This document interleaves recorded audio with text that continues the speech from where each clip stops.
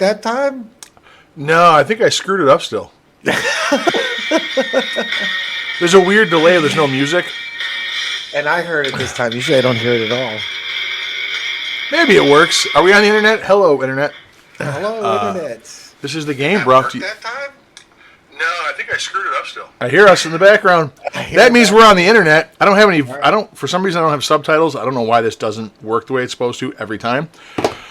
Oh, anyways, though, this is the game brought to you by Dungeon Studios, the worst podcast and live web broadcast on the interwebs. I am your host, Grom, the grumpiest of the old man Merwins, joined today by a man who has been mentored by the greats like Dr. Giggles, Dr. Sleep, Dr. Demento. It's Dr.Pletorius. Doc, how you doing today? Hey, I'm doing okay. Hanging in there in the middle of my IVIG rounds. Get some more tomorrow, but I think I have some power in me tonight. I have had a shitty week. We can if this doesn't break any records for length, I'm not going to complain too much. No, I won't either. And we have no guests tonight, so I thought it'd find it kind of fun just to catch up, you and I. We had a lot of guests. As I had said the last 8 weeks, I was convinced you just didn't want to talk to me anymore. We had a lot of guests. No, it was fun. It was a fun run. Yeah, it was a good run. We'll have plenty more people who are way more interesting than we are coming up in the near future. Yeah, I am working on a few different ones. I don't want to say anything yet. If you're out there, you got my email, my DMs. Get back to me. We'll get you on the show. That kind of stuff. Yeah, wonderful. I was kind of bummed talking to No Fun DM last week, which of course makes sense because of his name. Hearing that they get punished for having different content on YouTube, that kind of sucks. Yeah. I did notice though his new content he's sort of edging in a different direction, and he did a whole Chap AI YouTube video that was quite interesting. Really? Yeah. He just did how he would design. It was funny because he had that whole opinion about he doesn't like homebrew, right? And he designed a whole campaign with the AI. With the AI. So, but he still has a lot to put in. Like it only gives the overall. Right. And not being a home brewer, it was kind of intriguing to me. I was like, wait a minute. He's like, I like homebrew. I don't like homebrew, but here he is homebrewing. No, there's a couple things actually. When we get around to this shit that I forgot, there were a couple of things from him that I wish I had kind of challenged a little bit more. So that'll be my topic. But before we can get into any of that awesome stuff, I believe we are obligated by the producer to give out a shameless plug for Dungeon Studios. Oh yeah, man, of course. Bringers to you of fine things like this podcast. I'm kidding, we suck. But also wonderful material like campaign setting for Eneron. Our bundles of adventures recently wrapped up a Kickstarter and have already begun to work on Volume 3, which is in the far, far future. I believe next in the pipe is a region of Eneron coming out. Is that what's coming out next? Yeah, a region or a settings book, because besides just covering the region, it's going to have like monsters in that region and classes in that region and species in that region kind of thing set up. So each region of Eneron will come out as a separate locale as a supplement. Well, that's very nice. Yeah, so we can start building that out, and there are connections between the adventures and the locations, so you will find some Drotany things in the adventure modules. No, and I gotta put a plug out there too. Get on YouTube and find our Tabletop Cinema. We have some old episodes out there. It's a fun show to watch. We watch movie clips, and then we try to say what the roles would be on a D&D table. Well, some of us try to give the rules and roles for a D&D table. Other people just wax rhapsodic about their ancient past and how they really liked this thing when they were young. But you know what? That is true. That's the shit you get in the internet. You get people's stories. Don't we just love it? That's right. And then of course we have coming up is our Fables from the Forgotten, which I'm very excited about. It's sort of a Tales from the Crypt, a Tales from the Dark Side. I'm very excited to hear the audio drama that will come out of our voice acting team. Yeah, I like it. Have you listened to any of the recordings? I can't remember if you've sat in on any of the stuff we've done. No, I have not. I was involved in the tryouts. I was listening to a lot of the tryout pieces, but I really haven't gotten that much involved because I'm just kind of waiting to hear the product. I'm very excited. I stepped out All right. It's definitely different when you're like in the middle of it, and then just listening to it. Oh, you mean like when you have to hear the sound of your own voice when you're editing and you hate it? And you're like, why do I sound like that? Why am I a mush mouth? Why am I a mouth breather? These are things I think every week. And then Dungeon Studio is also doing our fun deception checks. And I believe they're out on TikTok. Some prank phone calls out there where they're all fantasy themed prank phone calls, and they've been a lot of fun so far, and there's a whole mess of them floating around. So yeah, I think 7 or 8, we've got 7 or 8 of them released to this point. Yeah, and even our Facebook page is gaining a little traction. We have some free maps popping up there, advertising our artists and things going on. And did we hit 600 people? Yes, we hit 600 this week and climbing. I think we're at 605 or something. Oh, so sweet. Tell your friends, join. Follow, like. Yeah. Or just, send us all your bots and everything, and, they can hang out too. I'm okay with that. Yeah, I'll take your bots. Apparently we like AI. That's the thing. We're AI fans, so. No, it's very scary. I saw the first commercial today. Very scary commercial. Guys walking along, holding hands with a girl. Another guy's walking by, and it says, "Are you lonely? Are you not sure?" And the guy holding hands with the girl lets go of the girl's hand, runs over to the other guy, and shows him his chat AI.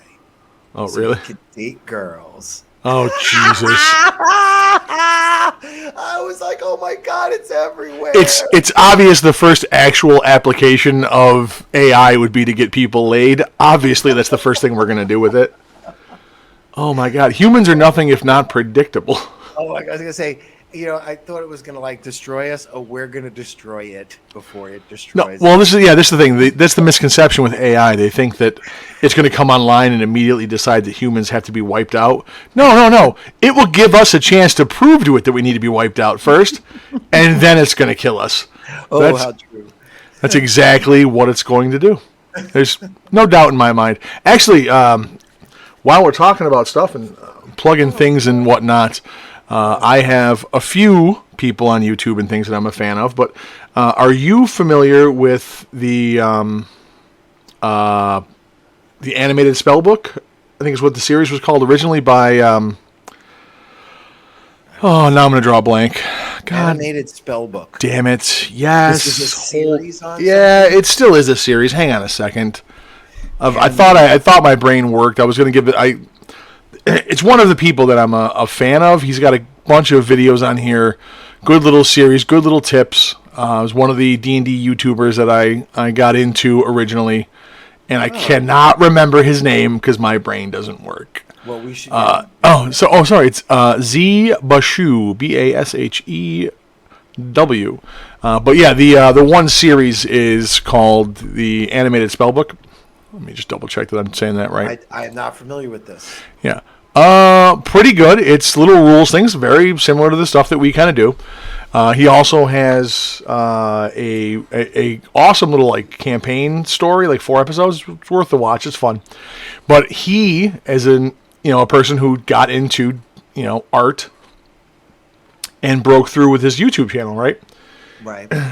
Doing it, going from an independent project to getting sponsors to this is what he does for a living now.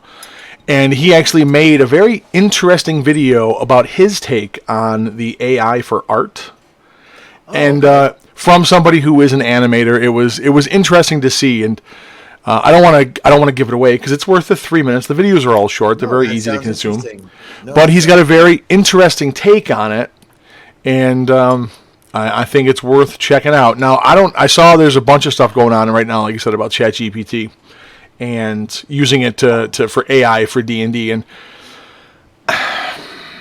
again, I think it's just like dating. Do you want to date a human, or do you are you going to ask a human for advice, or are you going to ask an AI for advice? Right.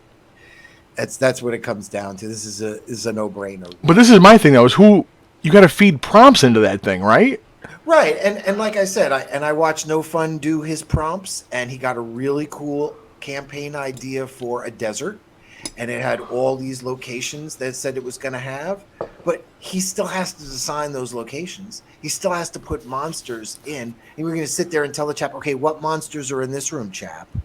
Okay, I mean, you can sit there and do everything. Well, ultimately, though, isn't that the idea that it will evolve enough that it will just populate everything for you? Yeah, but again, I think the thing I've been reading, I posted an article in our Discord from Forbes. They're kind of worried about which way it's going to stray. And then when users don't like something, it does. Right. You know what I mean? In our woke generation now, what if the AI DM decides it's going to have slavery? Well, then and then someone doesn't like that. And then they will just redo the prompts.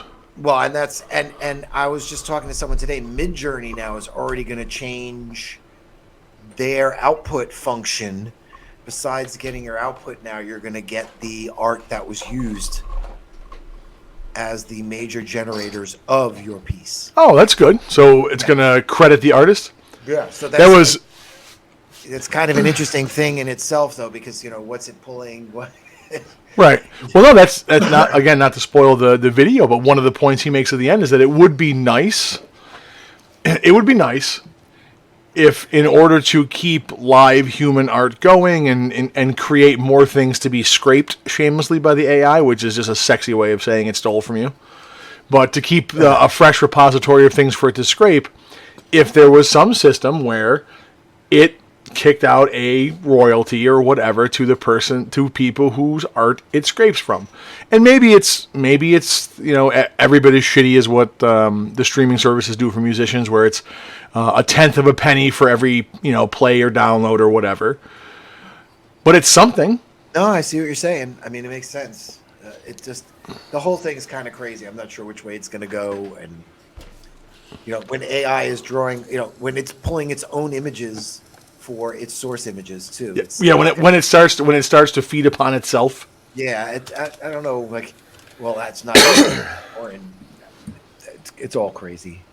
We'll see where it goes. But if you're an artist, Dungeon Studios is looking for you. So again, come to our Discord, and we never set our website, which is dungeonstudios.co. Yep. And all our adventures are there too. Our Volume 1 adventures, our Volume 2 adventures, and we have our free Enron Chronicle there too. Smash that, pick it up. Got some cool stuff there. Monsters, items, things like that.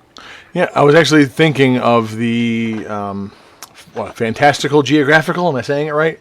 Right, and that's another future project we're working on. Yep. Yeah, it's on the background of the stream right now.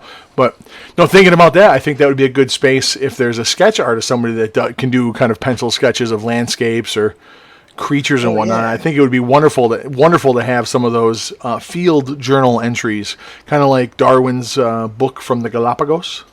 Oh yeah. It would be cool to have an artist to do that. Yeah. And I don't know that we have one in-house right now, so if you are out there, you'd like to doodle the things, we'd like to talk to you. Yeah, we'd like to talk to you. Another cool thing going on at Dungeon Studios right now, our artist, Nat20, is rebooting the animated Dungeons and Dragons cartoon characters and giving them his own art spin, which is kind of cool. And he just did Hank the Ranger. Yeah, I saw that. Yeah, well, it's because they're in a desperate attempt to bleed more money out of all of us old people. They put out. Yep. Excuse me. Yep. They put it out. Yeah, they put out a thing.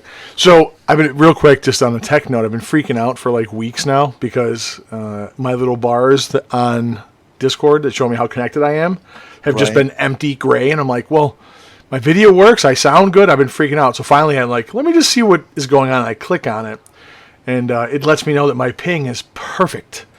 It's gray because it's so good. There's no delay to represent. I'm like, no shit. Now that I've said that, I'm sure it's going to end. That's what I'm going to say. It'll be red in about 2 seconds. I'm sure of it. But I've been freaking out for weeks about that. So, all right. Well, hey, let's get right onto the show and the shit that I forgot.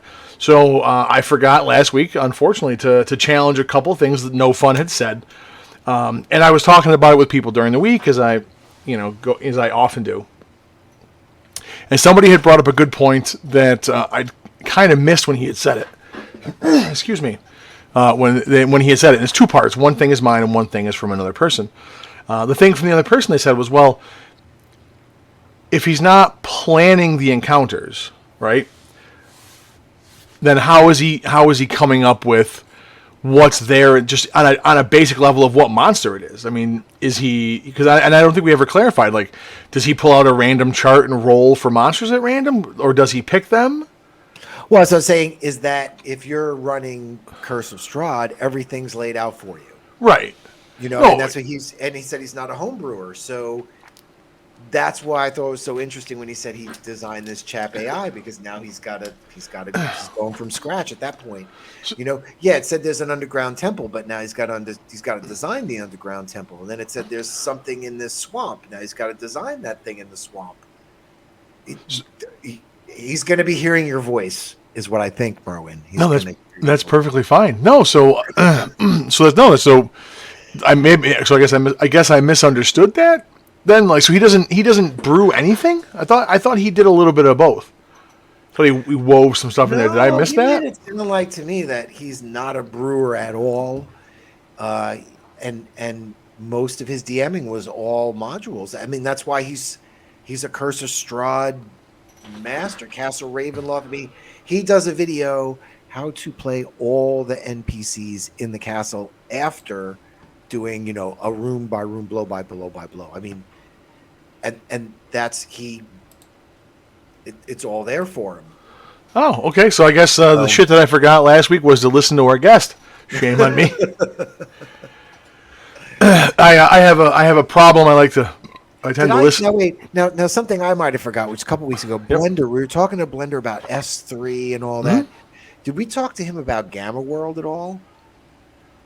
No, I don't think we did. I think we missed that. Which I feel like we should have introduced him to that whole thing. So I feel like that's something we forgot with him. And then there was that whole Metamorphosis Alpha, I guess, was the original Gamma World game. Okay. And then in the original DM's Guide, I don't know if it came out in the newer one, in the first edition, there was how to change your characters could transfer. There were charts, so everybody could switch to Boot Hill and go to Gamma World and go to the... I remember Boot Hill. That was a great one. Yeah. So that was... So I was thinking about... We didn't mention that crossover to him, which was kind of weird. All right. So we'll have to bring that up. I guess we'll have to keep our shit together a little tighter in the future. Yeah. So then the second thing what I had wanted to press him on and I hadn't brought up. This is no fun again. This is no fun. Back to no fun. Was with that. So, I mean, if something is bad, does he make changes on the fly then? So, again, let's say you've played it a couple times and the pre-made encounter is just absolutely terrible. Does he tweak it if the fight goes horribly because of bad dice rolls? Like, does he do anything, or is he content to have somebody run into a badly designed encounter in a module and just slaughter everybody? Or now that you're saying that, I mean, he does. He's pretty open-ended. I can't say yes or no for him, because even in his videos, he'll make different suggestions about what other people. Like he said, Lunchbox Heroes has a great blah, blah, blah here. Or you could do this here. So he knows some of the options there, but it's not that... I wonder if a lot of it for him comes from experience. Like, he's played the castle so many times that by... the sixth time you play Castle Ravenloft, you know every in and out, what you're going to do differently, how you're going to play the non-player. Right. So, I mean, and that's how he's able to do the videos. So then... That's the other amazing thing to me is he sat down and just did all his videos. Right. He did all the editing. That's crazy. I couldn't do that. I thought he'd do one at a time, edit one. Nope. That's a lot of work. I'm apologies to our glorious and wonderful host. I forgot to get our audio episode ready to go for last week. I'm a little behind on the editing myself. Sorry to everybody out there, our legions of fans, but We'll get there. We'll get there. We'll get there. Yeah, I'll get that shit sorted. It's been a hectic couple of weeks. So, okay, so then here's my... I just thought of this as we were talking about it then. So, what does he do when the players do things that are off the book if he's not changing stuff? So, if the players come up with something that he hasn't encountered before or do things in a different order, does he railroad them back to where they need to be? I can't. That's something you should have asked. Yeah, that's why it should. I forgot. That's why we're not. That's why we are the worst live streaming podcast on the internet. I think it's more intriguing to see. I think it's easier to keep people in the rails, like in someone like Curse of Strahd, where they're in Barovia and they're going to this town or that town, and they have their leads. It's not like a DM really has to do much. It's okay. You know what? We didn't go there yet. No, let's go check out that location. The players kind of do that on their own. So again, if you're using that the way they've written that stuff, especially, and I mean, I just started reading Annihilation, being able to start at level 1 and go, you're dinosaur racing in the first part, and then by the end you're fighting a demi-lich. It's a mega campaign. Everything's laid out for you. It's a fair point. I guess this is a breakdown between how I run the game and teach the game versus how other people do. So I think it's safe to assume that some people come up in a system where maybe it's not maybe it's not expressly stated, maybe it's just implied, but where they know not to go off the rails because there is nothing else. Right, that's what I mean. Exactly. The box is set, the sandbox is there, and they hit the wall when they get there. So, I guess it's no fun. It's no fun. That's why. Oh no, that's a good point. I was gonna ask you that exact question. Was, do you? I think you hit the wall. Do you think, and that's, I mean, but it is, again, that's enjoyable for some people. That is a perfectly valid play style. If you sat down at a game and that was what was presented to you, like, hey, all right, hey, we're doing Strahd, so color within the lines, no going off the rails, and if you do, I'm just going to kill you, kind of thing, like. Right, kind of. You're kind of getting into my week in gaming. Okay. We sort of had a situation where we had that kind of go wrong, and the player was like, "I didn't get to roll dice at all." I'm like, "Well." Yeah. First of all, I have many sessions in a row like that. I'll cover that when I get to mine. But since I've already started the segue, hit us up, Doc. How'd your week in gaming go? Sorry.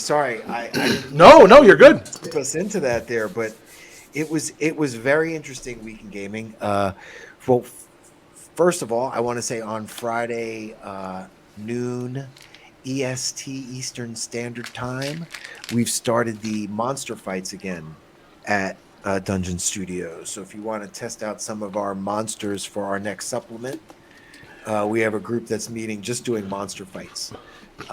So I did that this week, which is a lot of fun doing monster fights. Did you do Little Enzio yet?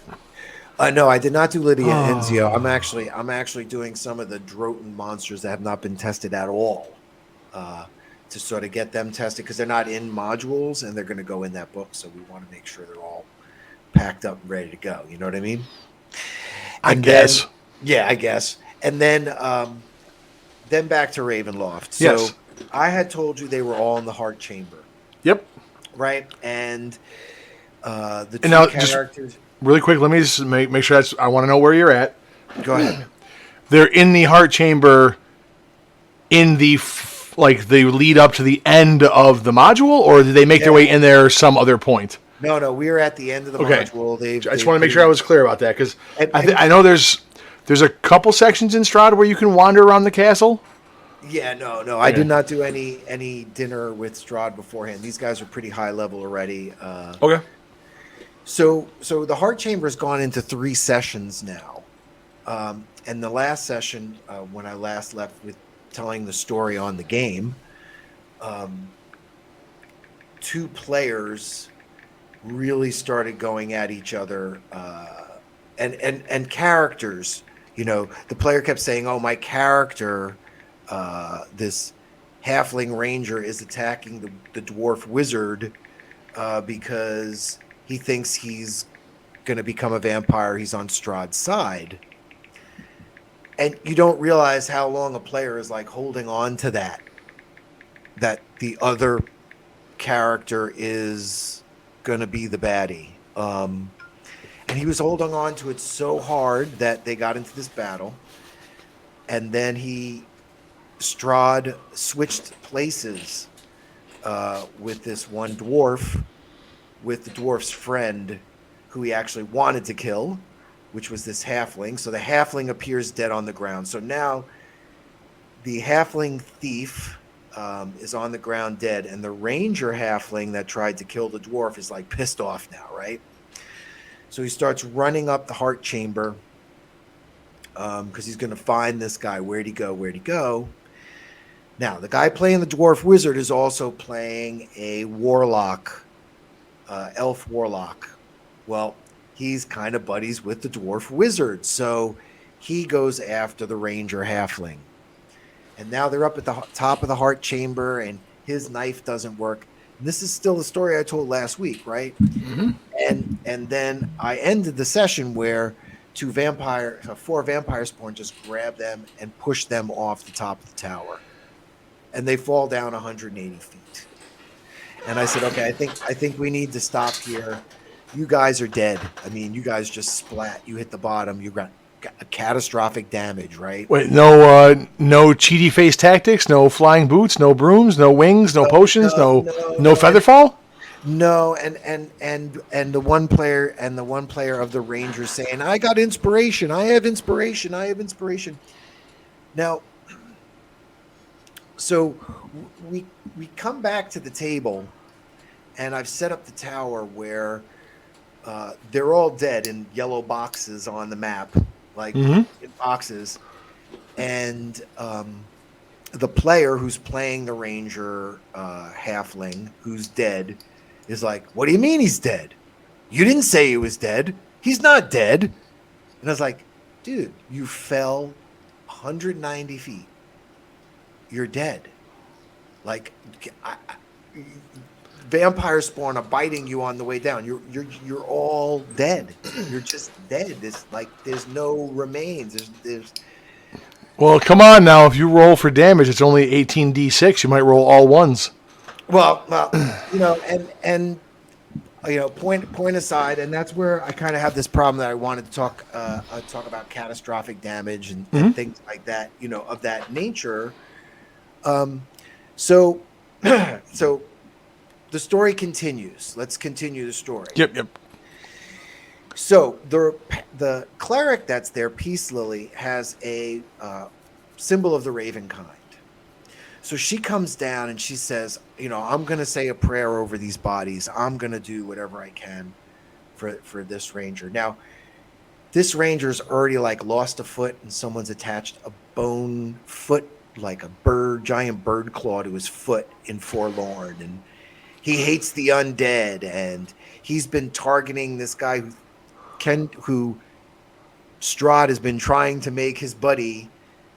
Well, Strahd wants to get rid of this halfling. I don't want him there no more. Nobody wants him here no more.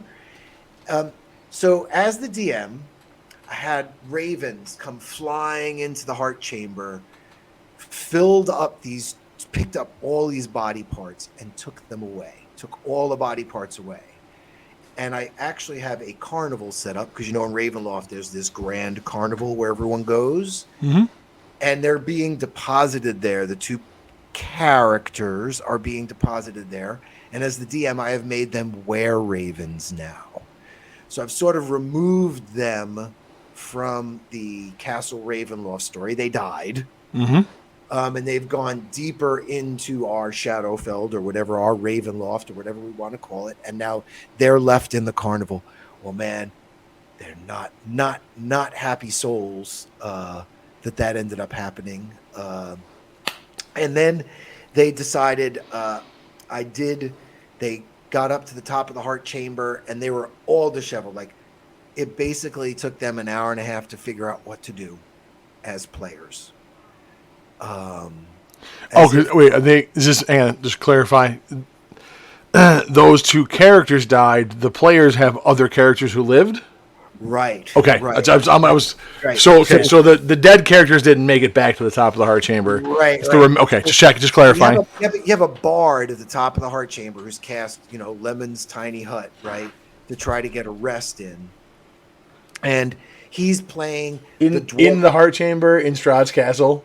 up at the top. Well, they've destroyed the heart already. Oh, okay. They've destroyed the heart. So so he's at the top. He's also playing the ranger dwarf that got killed. So he's pissed. And now this other dwarf wizard comes out and he's like, he can't come in my hut.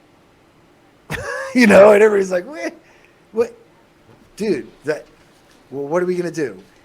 And then this other guy, the other players have lost lots of characters over the campaign.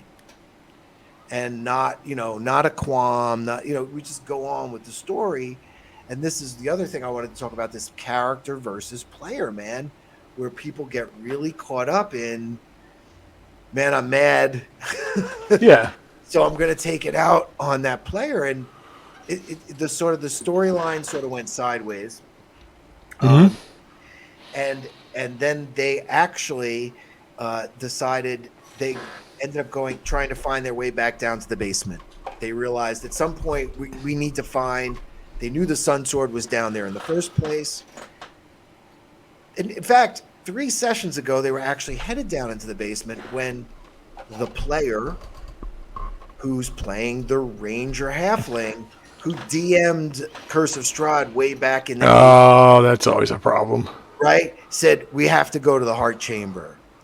So this whole getting to the Heart Chamber in the first place was initiated through metagaming, right? So they get to the Heart Chamber, then everybody's getting hurt. Then he decides he's going to kill this other player. So now they go back down into the basement. They hit the elevator trap in the castle, if you're not aware of that, and they get separated. Now, guess who gets separated?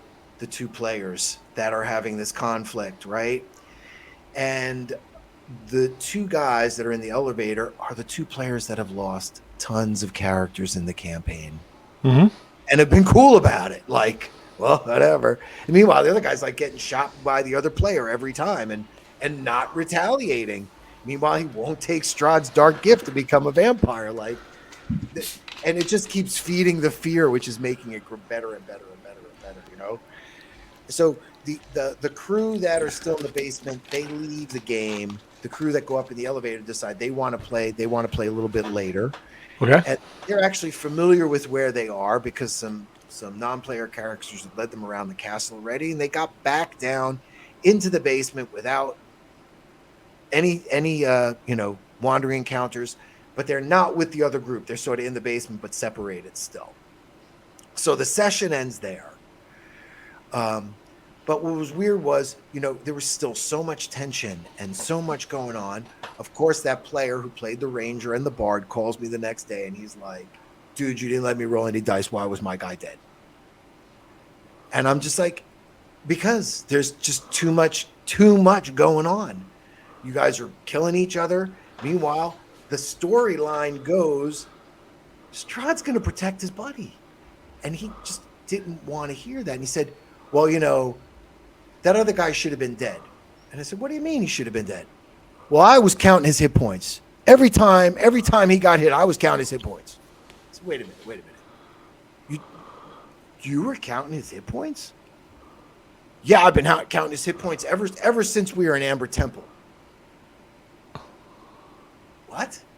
Now, Amber Temple's like months ago. He's like, yeah, because he's going to be Strahd's ally, and I want to make sure I kill him. Now, I get that the character, the character is going to be Strahd's ally, but the player's been counting hit points? Well, I mean, is he saying the other player's cheating? He thinks the other player's cheating, yes, as well. And he didn't tell you this? He's saying he didn't tell me this. Until now. Now it's come up.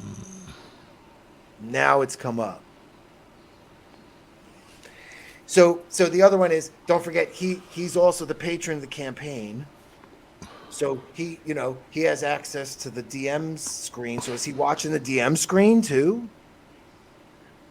So the game got really intense because at one point he didn't want to play his character and sent me a message like, "Well, why don't you turn Tomas into a were-raven too?" Now I just told you the whole story.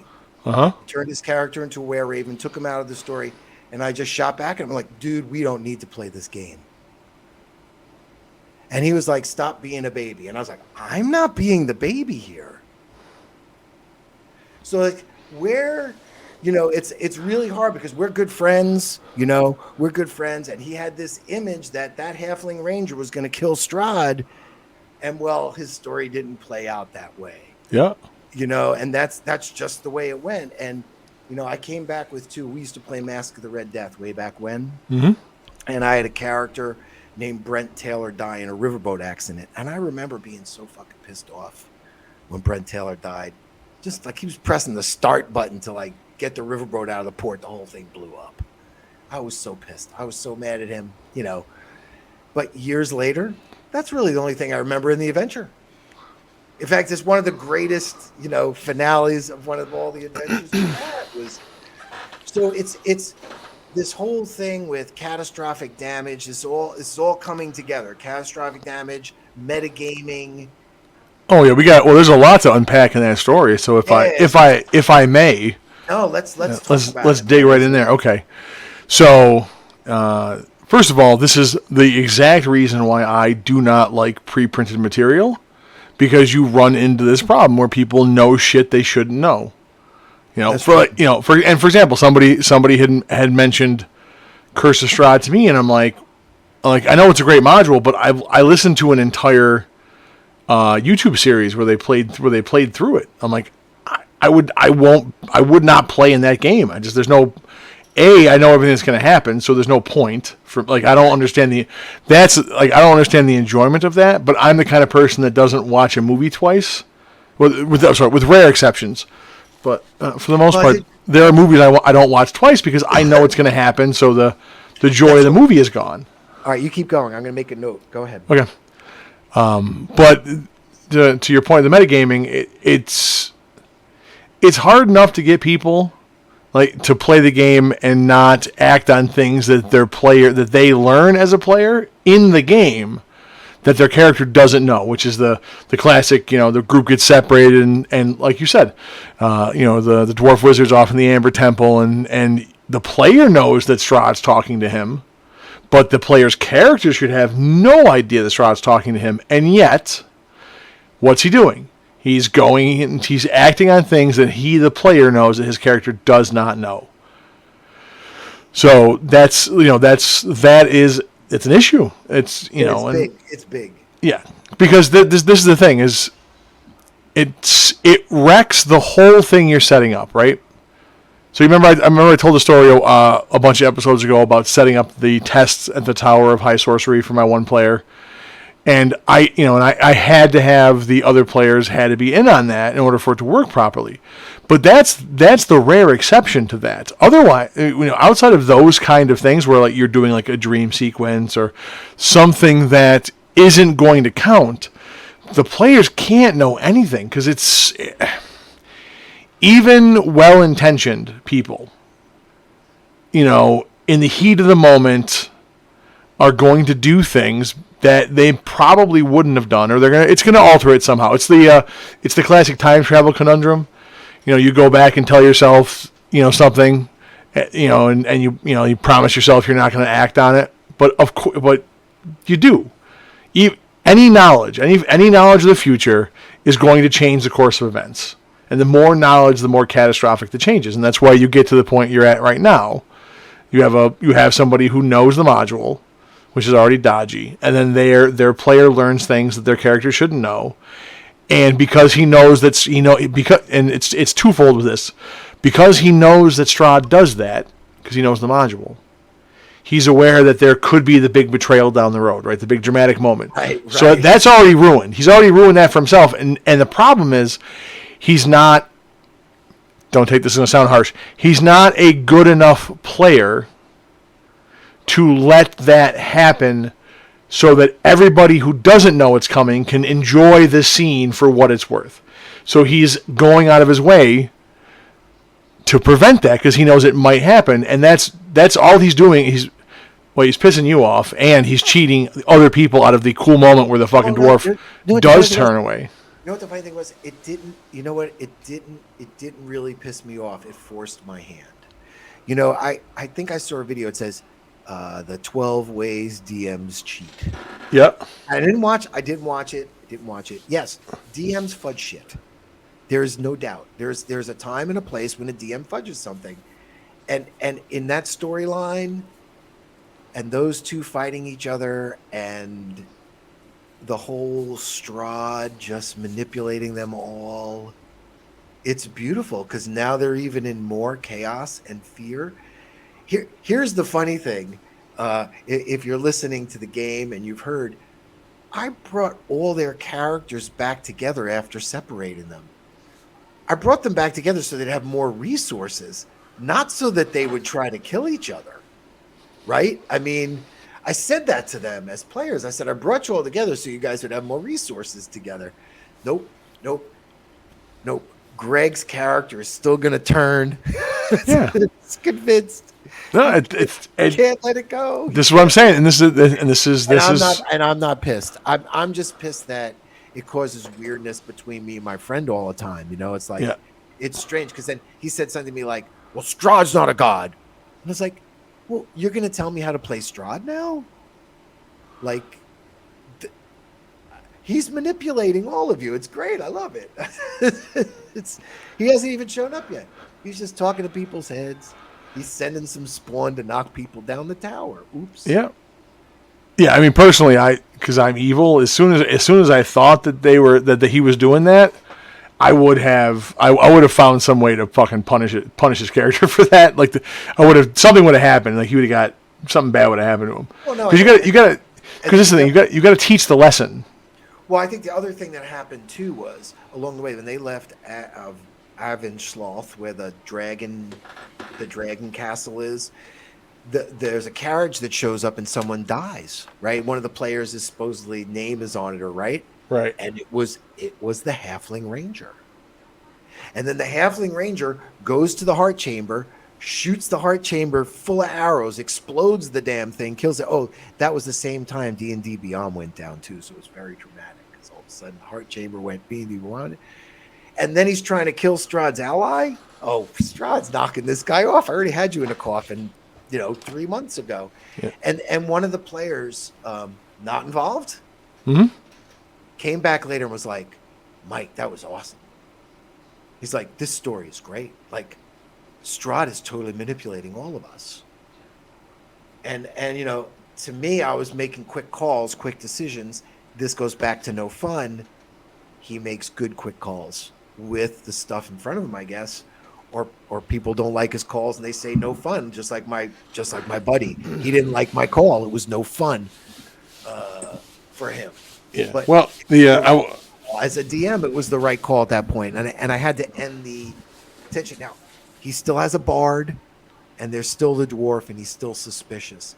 But now he has no extra characters to manipulate. I think that was another problem with the metagaming. Having multiple characters in a game, it's not teamwork when they're working together every action economy. Right, yeah. That's not teamwork. Yep. That's metagaming. Yeah, I will say this. So my the ultimate, because I have players that are you describe this and I'm like, that's just like a Tuesday for me. That's not the epic falling apart of a massive campaign. That just happens every fucking 3 weeks with that's the thing, yeah. It's not that big a deal. It's just it just sucks because also I think my neuropathy makes it crazy for me because my head gets all crazy. Yeah, I don't. Like I said, I'm used to games imploding like that because of people that do that. This is why I have the whole player alignment thing, right. and that's the thing is your buddy has obviously got that kind of going on. There's something about how he learned and wants to play the game makes him interested, makes him willing to do shit like that, and And that's what we grew up with: anti-paladins and assassins. Yeah. And everyone was always stabbing everyone in the back. Yep. Everybody's gold. I mean, that's. Yeah, like I said, I think ultimately what I ended up doing in my games, because I have players that do that, had players that did that. I guess I should probably put it that way, but is ultimately you just have to, like I said, you gotta put a stop. You gotta try to teach the lesson, put a stop to it. But it's So how was your week in gaming? Oh, how was my? Yeah, I'm sorry. I'm just thinking of like how to fix your problem, but no, because like I said, they're separated in the basement now. They've got to figure themselves out, come together. They're either going to TPK it or pull themselves back together. Is the way this is going to end? Because here's the thing too, we're already talking about playing a new ramped up version of Mask of Red Death, and I'm going to play an organ grinder guy with a monkey, and I'm also going to play an African American boxer who's also a barber, and I'm already psyched to play them. So if I kill them all next week, I'll be ready to start the next game. Well, at least you got it all worked out. And if they don't die, I can keep playing. Keep going. Okay, fair enough. Okay. No, I did get together with the home group. We had the tasty snacks. We played the games, and it was funny because you mentioned the guy complained about not rolling dice. Like I have plenty of weeks where we don't roll any dice, or very minimal dice. But no, they went through the encounter with the ghost, who was repelled by whatever strange thing is going on with the Warforged. He has no idea. He's learning about himself, and there may be more coming down the pipe for him to learn soon. And then the ghost, because I kind of forgot the stupid recharge rules, because I'm like, well, I didn't fucking possess anybody, so I'm going to keep trying. Screw it. It makes it more terrifying. And I forgot that the rule exists. So tried to grab the another character who had some information I would have loved to have revealed during his time being possessed, but clever boy, he had cast protection from evil early on, so you can't possess somebody when they're inside the circle of protection. So that failed. Yep. That would be a hold. Yep. That failed. The other cleric cast turn undead. Oh, sorry, I skipped a whole part of this. So when the ghost made the attempt to grab the Warforged, it automatically failed, but it did trigger a save, which the Warforged failed not once but twice, resulting in his control of the body being overtaken by the defense mode. So he turns into a Terminator at this point. Has to battle for control of his body again. He doesn't know what's going on or doesn't understand what's going on, nor does he know what's actually happening. But so he doesn't get possessed by the ghost; he gets possessed by himself. If that makes sense. Okay. Yeah. And then like I said, then the ghost makes a snatch for the Jesus, I just whacked my microphone with my face. Makes a grab for the one cleric, can't do it. The second cleric casts Turn Undead. Ghost fails, of course, and now it can't move anywhere near him. So it can't try to grab him, and can't grab anybody that's within 30 feet of him. So that's a little frustrating, because I really wanted to possess somebody, but it is what it is. But all this is going on. As soon as the energy from Turn Undead hits the Warforged, who's in defense mode, that is registered as a threat. So he targets him. And then we get back around to the top of the initiative, and the cleric who was protected is like, all right, well, I've seen this movie before. I remember the ruined temple where he tried to murder the dwarf, as we were trying to swim to safety. He goes, I'm just gonna blast him. I go, we're done. Like I'm gonna, it's like, don't worry, Banner, I'll get you out of there. And then just fucking blast him with a guiding bolt, and it just. They beat the shit out of their own party member. That was what the entire fight was. I didn't roll any dice. Because the ghost is like, well, I can't go near anybody, so fuck it. I'll just chill out over here. and my party just killed. They just beat the fucking Warforged to death. And then they were like, well, I guess we'll revivify him if need be, but maybe he'll survive his death saves, and just left him there, waiting for the reset button to kick on. So it was interesting. But then the ghost. The ghost shows back up, and now that they're all fucked, and she can't get any closer, she offers to talk, which they could have done, or they could have done that originally, but they just chose not to. So or at least they rolled like a 300 persuasion check. It didn't go very well. But so they talked. They got directions to where the necromancer's lair was. Destroyed the tunnel behind them, so now they're trapped in the necromancer's lair. That's a good plan. Oh yeah, that is a good plan. Yeah, good idea. That's a plan. Took it and decided to take a long rest. I'm like, okay, we'll see if you live. And for reasons they have yet to learn, they did. And now they find themselves in the Valley of the Dead, surrounded by hundreds of bodies that have been reanimated, that are hemmed in behind these walls, these barriers set up by a series of obelisks with crystals on either side of a massive cavern. So they're big holding pens for the dead. So now they're walking through the Valley of Death to get to the hidden fortress and see what happens next. So sounds very good. I'm excited to do some ghosts in the tomb of Strahd's castle. Has a nice tomb. They're headed down. So yeah, I like tweaking that stuff. Tweaking this stuff a little bit too, because I like ghosts and I like the idea of them trying to resolve things. Yeah, through the host, as opposed to just taking them over and like punching people. Yeah, and it's funny. I've had two in this Ravenloft campaign with ghosts, and they're written by them. Was it House of Lament has a ghost possession, and Death House has the children. Yeah, and that was fun when the children possessed some player characters. Oh, that was a blast. Good times. Ooh, yeah, so we have a ghost in Volume 2, Misty Towers. Yeah. Oh, very nice, very nice.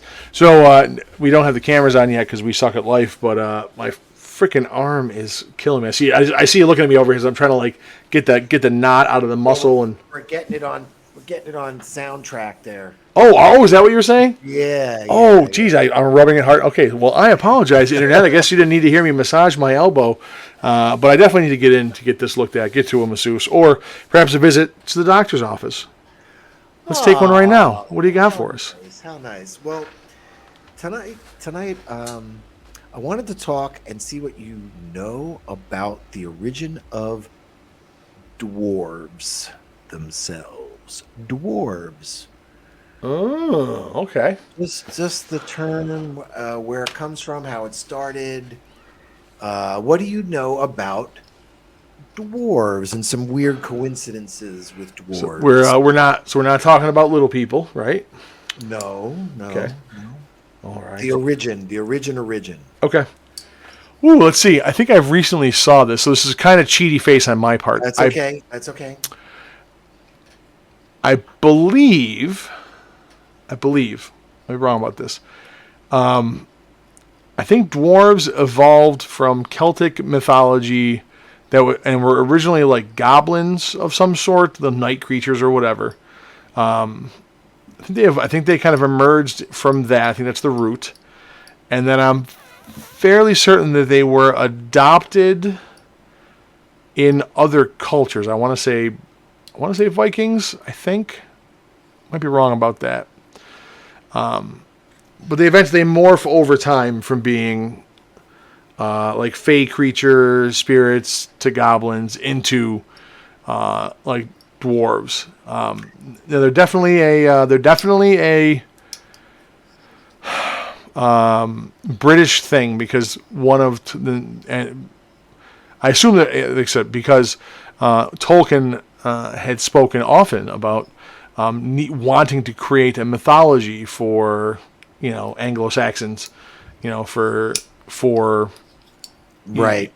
Europe and Britain in particular, but creating this mythology, and I believe that's where he got the dwarves from. And then he has a much more elaborate origin story that I'm going to get super nerdy for a second. Go ahead. So Eru Ilúvatar was the creator of the world, and then created the Maiar. I think that's right. Silmarillion was a long time ago. Yeah, but he created the angels essentially. One of which is like the progenitor of the dwarves. I can't think of not Manwë. What the fuck's his name? Anyways, that creates creates them, right? So one of the angels wants to create life himself. He's super excited that his invisible sky wizard dad had made people. So he goes ahead and he crafts like 7 people and gives them life, and then God gets pissed because he's like, I didn't tell you could do that. Was going to snatch the life away from the dwarves, but was eventually convinced to allow them to live, but had some punishments, which I think is why that they're short and greedy in Tolkien's lore. There's something about that, because because the one of the angels made him instead of God making him. But those original 7 become the 7 founding dwarf lords. And then they are placed in the individual mountains in Middle Earth, where they are reawakened. So they were awake, then they were made dormant, then they were reawakened, and then they grow into the dwarf races that you know. Interesting. So interesting. That's really cool. Yeah. I'm glad you did that whole Middle Earth dwarf thing, because I didn't go down that route. Yep. So how correct was I about the origins of dwarves? You're very close with that name being used and being picked up by different countries here and there. Yeah. And it was very much shadow and darkness and death and sleeping. They were always related to those things. Okay. In the 10th century. Sleeping, huh? Sleeping, yeah, night. Okay. So the other thing that's interesting, in 10th century, they talk about their first documentation of them in written form. Okay. In a European, dynamic, and they talk about needing 7 holy wafers to cast out these spirits from people that plague them at night. So at some point, that goblin thing you were talking about comes in from religious beliefs, thinking that these things are creeping into them at night. So that's really intriguing. Now, then of course you got the Norse mythology, which kind of crisscrosses with Scotland and the Vikings and all that kind of crisscrossing with each other. Their dwarves almost read, when I hear people, when I listen and read these different things I'm reading about it, it sounds like, All Father created the dwarves like God created the angels. They were entities. Yep. They're like really entities, not these short little men, which you were just talking about, the being created from something different.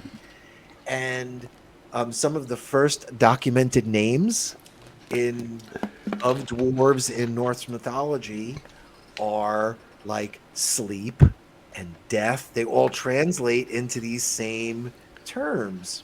So what you're saying is that Disney cleaned them up a little bit. So instead of having sleepy, murdery, strangly, kidnappy, rapey, you got happy, grumpy, lumpy, and Doc? No. They put the girl to sleep. They put the girl to sleep. They put her in an everlasting sleep, right? That's where the sleep comes in. No, the characteristics actually comes from another Norse mythology thing. There's actually a story about Loki gets into a battle with this dwarf that shape changes into an otter. And dwarves they always take nature forms. So now it sort of crosses into the Druids and the evilness of the Druid, like connected to nature. And Loki battled this, and there's lots of documentation of dwarves that transmuted into animals. They talk about another 4 dwarves. They're also referred in European, the same names as 4 elk. Okay? And they travel in the 4 directions. And that's north, south, east, and west. And they stand guard. I can't remember their actual names, but they're the cardinal directions. Huh. So they sort of cross into myth and navigation, and it's really, really intriguing. And then going even deeper, one of these names that is sleep, death, magic dwarf, Gandalf. Really? Means magic dwarf. So Tolkien stole the name. Magic dwarf. All right. So there also documentation of dwarves that would do ruins for dwarf weapons and dwarves that would do ruins for elf weapons. And then there's even a thing that talks about the elves and dwarves may not even be different. They're actually the same entity. Just over time, we've called them different things. Right. Well, then there are a lot of fantasy traditions where dwarves and elves, come from one or the other. Mm-hmm. So in some fantasy lore doesn't have elves. Dwarves split off in a different group. Some have dwarves are corrupted elves, or are greedy elves that are kind of shape changed and different things. So it will go back and forth. So it was very, very intriguing to just go in depth about dwarves, and then of course you came into the next thing, which we know as the modern dwarf. Yep. Tolkien reshaped what was known as the dwarf, and then of course Disney did them no favors. I know. Did them, really, really did them no favors. But what I was saying about that is some dwarves were known to personify personality traits. Right. So then you have sleepy and that is happy and dopey. So that's where some of those come from as well. That kind of goes right in with that, right along with that. So it's very interesting. That is very interesting. Just to hit on one of my favorite pieces of Tolkien lore. So he had submitted one of the manuscripts. I can't remember if it was The Hobbit or Lord of the Rings, but he submitted his manuscript, and the publishing house had the audacity to have an editor go through his document, and she had marked up dwarves because it was spelled different. It's Dwarves. And she sent him a very polite letter, with corrections, to which he replied, "Thank you, madam. Thank you, madam. However, I wrote the Oxford Dictionary. It's supposed to be dwarves." And then that was the end of it. You couldn't argue with the guy because he wrote the goddamn book. He wrote the book. He wrote the dictionary. That's one of my favorite. That's just such a clever, witty reply. I love a few of those. Like Churchill was quoted as having said in an argument with a woman, "Yes, madam, I may be drunk, but you are ugly, and in the morning I shall be sober." Here, I got one for you. I like What? Harlan Ellison's. The two most common things in the universe are hydrogen and stupidity. Yep. That's a good one.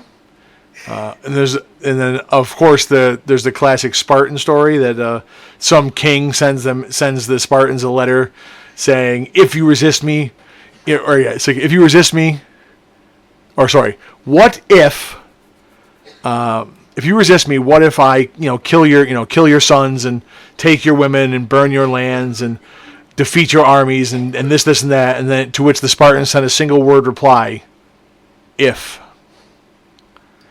Like question mark. It's a pretty good one. I think I butchered that, but yeah, you messed that one up a little bit. I know it's one of my favorites. But so back to the dwarves though. Well, obviously they're already in the games, so it's a short jump for how to use them. But I think, game wise, I just feel like it's also a zero thing. Like you could set up dwarves where no one's playing dwarves. Good. And have them as a mysterious race. You know what I mean? Like there's no reason you can't. Or do the party of dwarves deep in the Underdark. Play it out, I mean that would be cool too. I think. See, I have an affinity for dwarves, so all of the horrible things you said about them, I think applies to gnomes instead. So that's what I think of gnomes as being shysters, and they are the harbingers of doom, and thus they must be exterminated because I hate gnomes. It's very unjustified. It's very unjustified. Actually, so I wonder if because you would reference the. I think they all cross into each other. Gnomes. Well, here's the thing. So you had referenced the number 7. I think have we done numerology as a thing? We have not done numerology. One of these weeks you should surprise me by going down the rabbit hole for the doctor's office and getting into the numbers. It's really big, yeah. Yeah, but no, because here's the thing. It's probably not a mistake then that Tolkien chose to have in his mythology this god create 7 dwarves. Right. Probably not a mistake. That Snow White and the 7 dwarves are clearly intentional. Hey, Blue Oyster Cult's first hit? What? 7 Screaming Disbusters. What? 7 Screaming Disbusters, and it was about 7 demons. Really? Yeah. That's very interesting. What's also interesting is that the dwarves have a background. The dwarves have a background as being evil in mythology, but 7 is not the number associated with evil. So I wonder how that works. Well, and then that was a spell. You needed 7 holy wafers.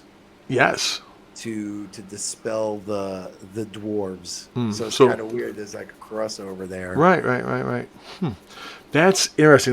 But back to that numerology thing. There are tons of wonderful ones. Like my favorite. We talked about horror movies before. Are you familiar with The Exorcism of Emily Rose? Have you seen that one before? No, I'm familiar with the title. I don't. It is.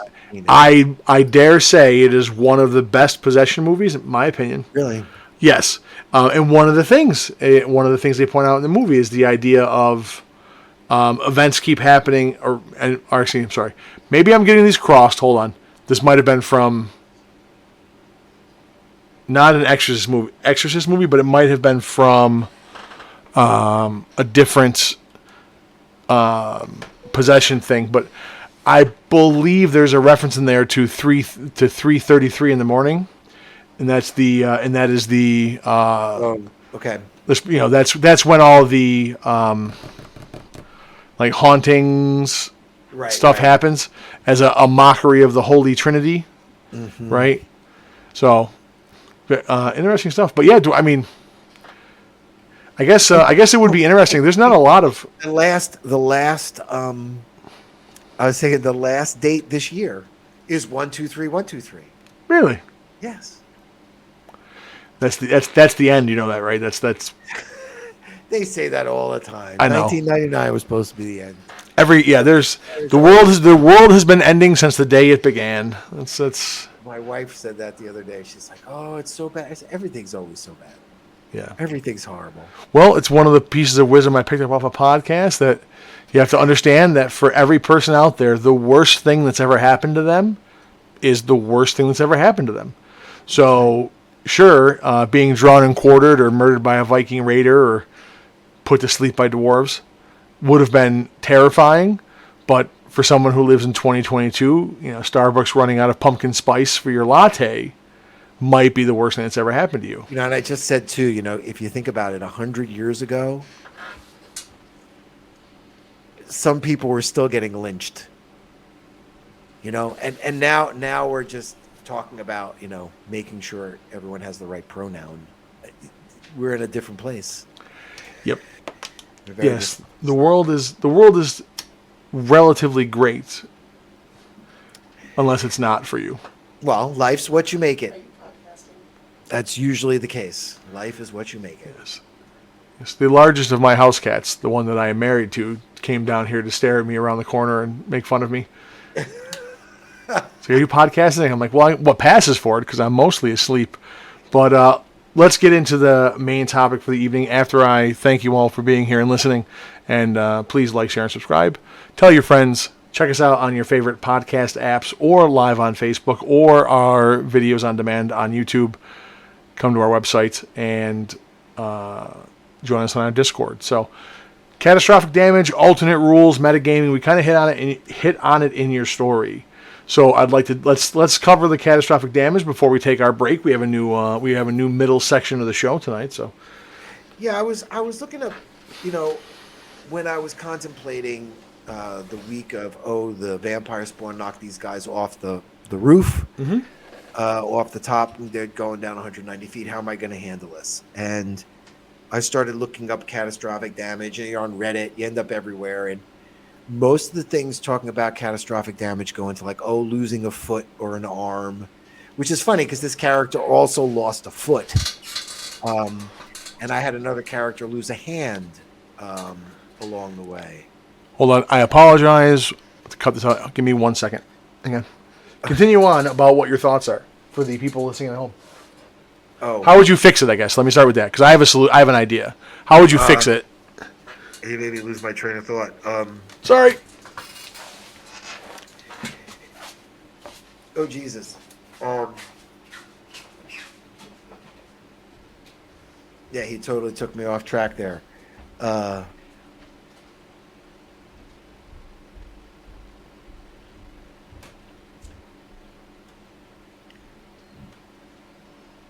It's just been very tricky.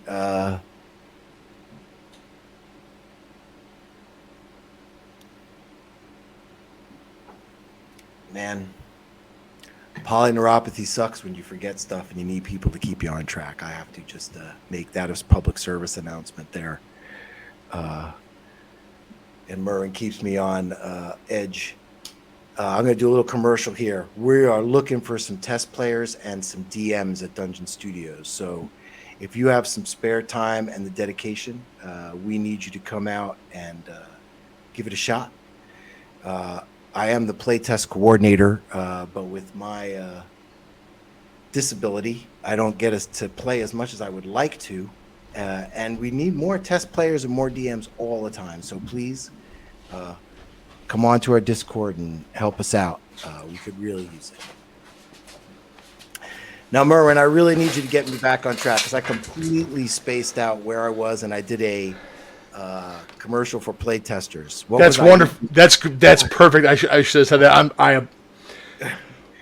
When you become the vintage that I am, occasionally things decide to happen that you can't wait on, and. Well, and I was saying how polyneuropathy takes me way off track when people distract me. Now, what was I even talking about? Sorry, so you're talking about catastrophic damage. I was gonna bring up a point. So then I was looking. I'm right back there. Okay, so I was looking at the Reddits, and they're talking about losing hands and losing legs and things like that. But nothing talks about this. When a character like falls and they're splat. I mean. In real life, if someone falls off a building or falls off a bridge and hits that water, they're dead. Like, Revivify is not going to work. I mean, like, to me, okay, a wish is going to work. A wish would work in a catastrophic damage situation. But I just feel like sometimes it just can't work. I don't know. Well, let me give you some thoughts, and we can pick it up from here. So I think the hit point system is an abstract, right? It's one of the things that is hard to play with and around in certain scenarios. So obviously we've all had we've all had to come up in a game where somebody gets fire breathed on them or gets bitten by a giant monster. And then you have to do all sorts of like hoops you got to jump through and like mental gymnastics to explain that in a way that sounds dynamic and shows injury, but somehow isn't the end of the line for a character. And that's one of the tricks with the system, because it's not hit points. Like it's, I'm trying to think of how to phrase it. Like, hit points don't really represent how much damage you can take, right? That's the thing, because if a dragon steps on you, you're toast. And like you said, you could take a tumble. First of all, people break their neck and die falling out of bed.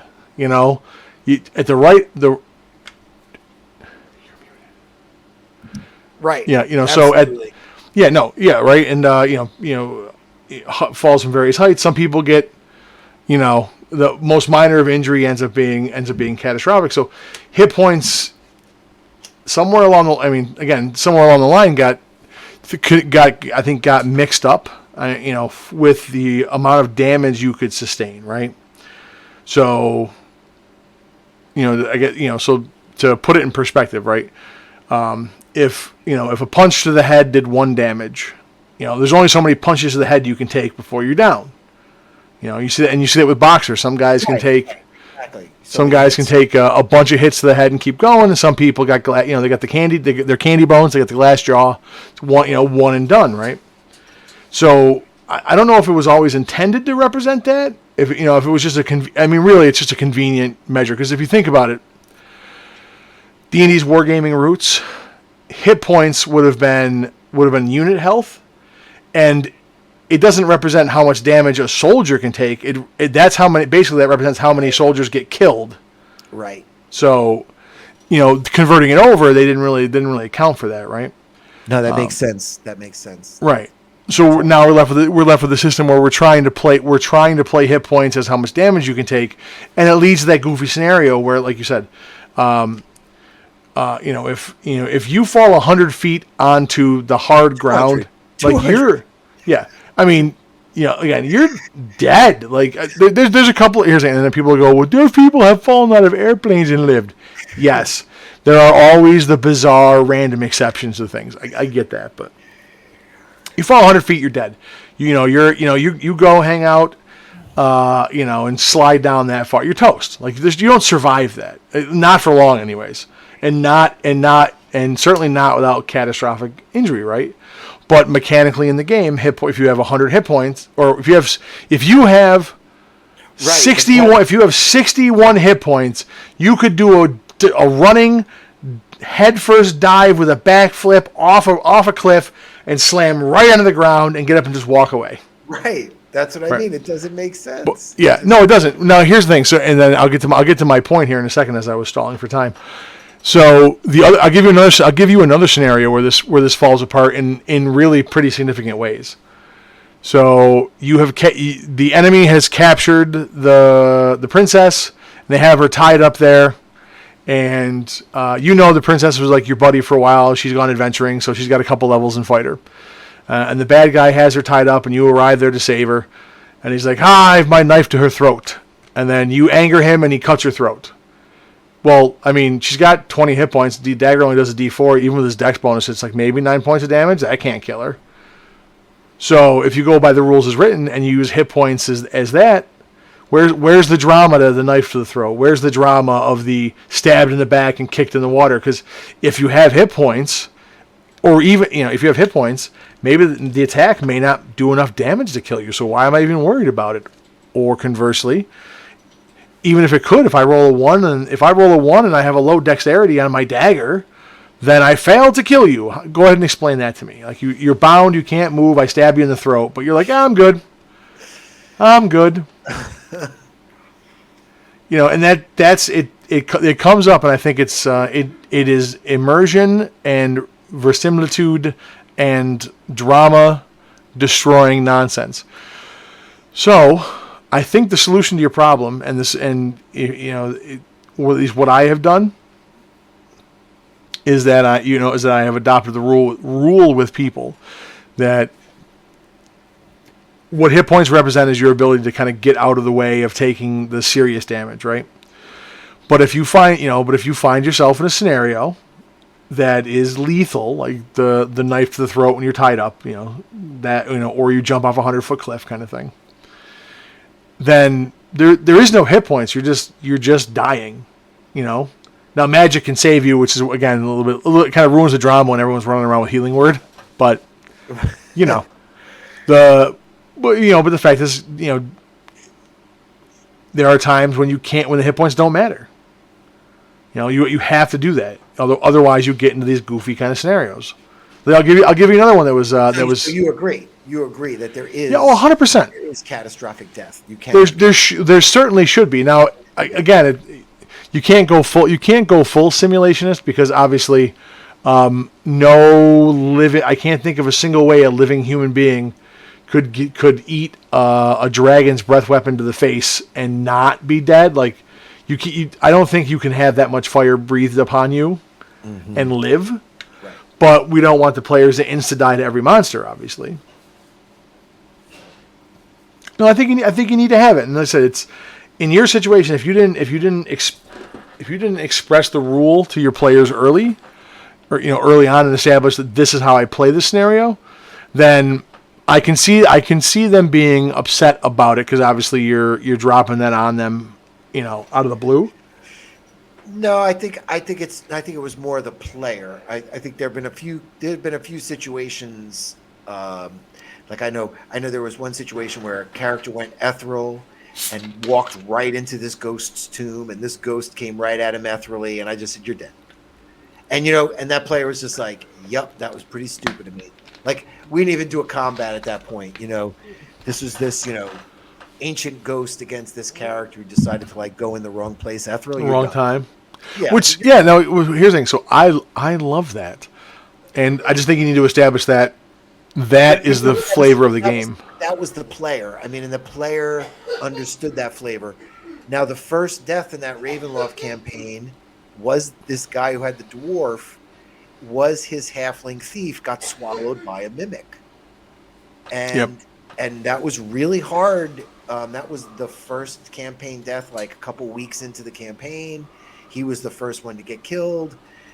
Then they were like, well, we kill the mimic and we get his body parts and we put them in jars. I had them carrying his body parts in jars for months. How do you fit? What did you put the torso in? I let them have all. They had like 15 jars with all parts of his body.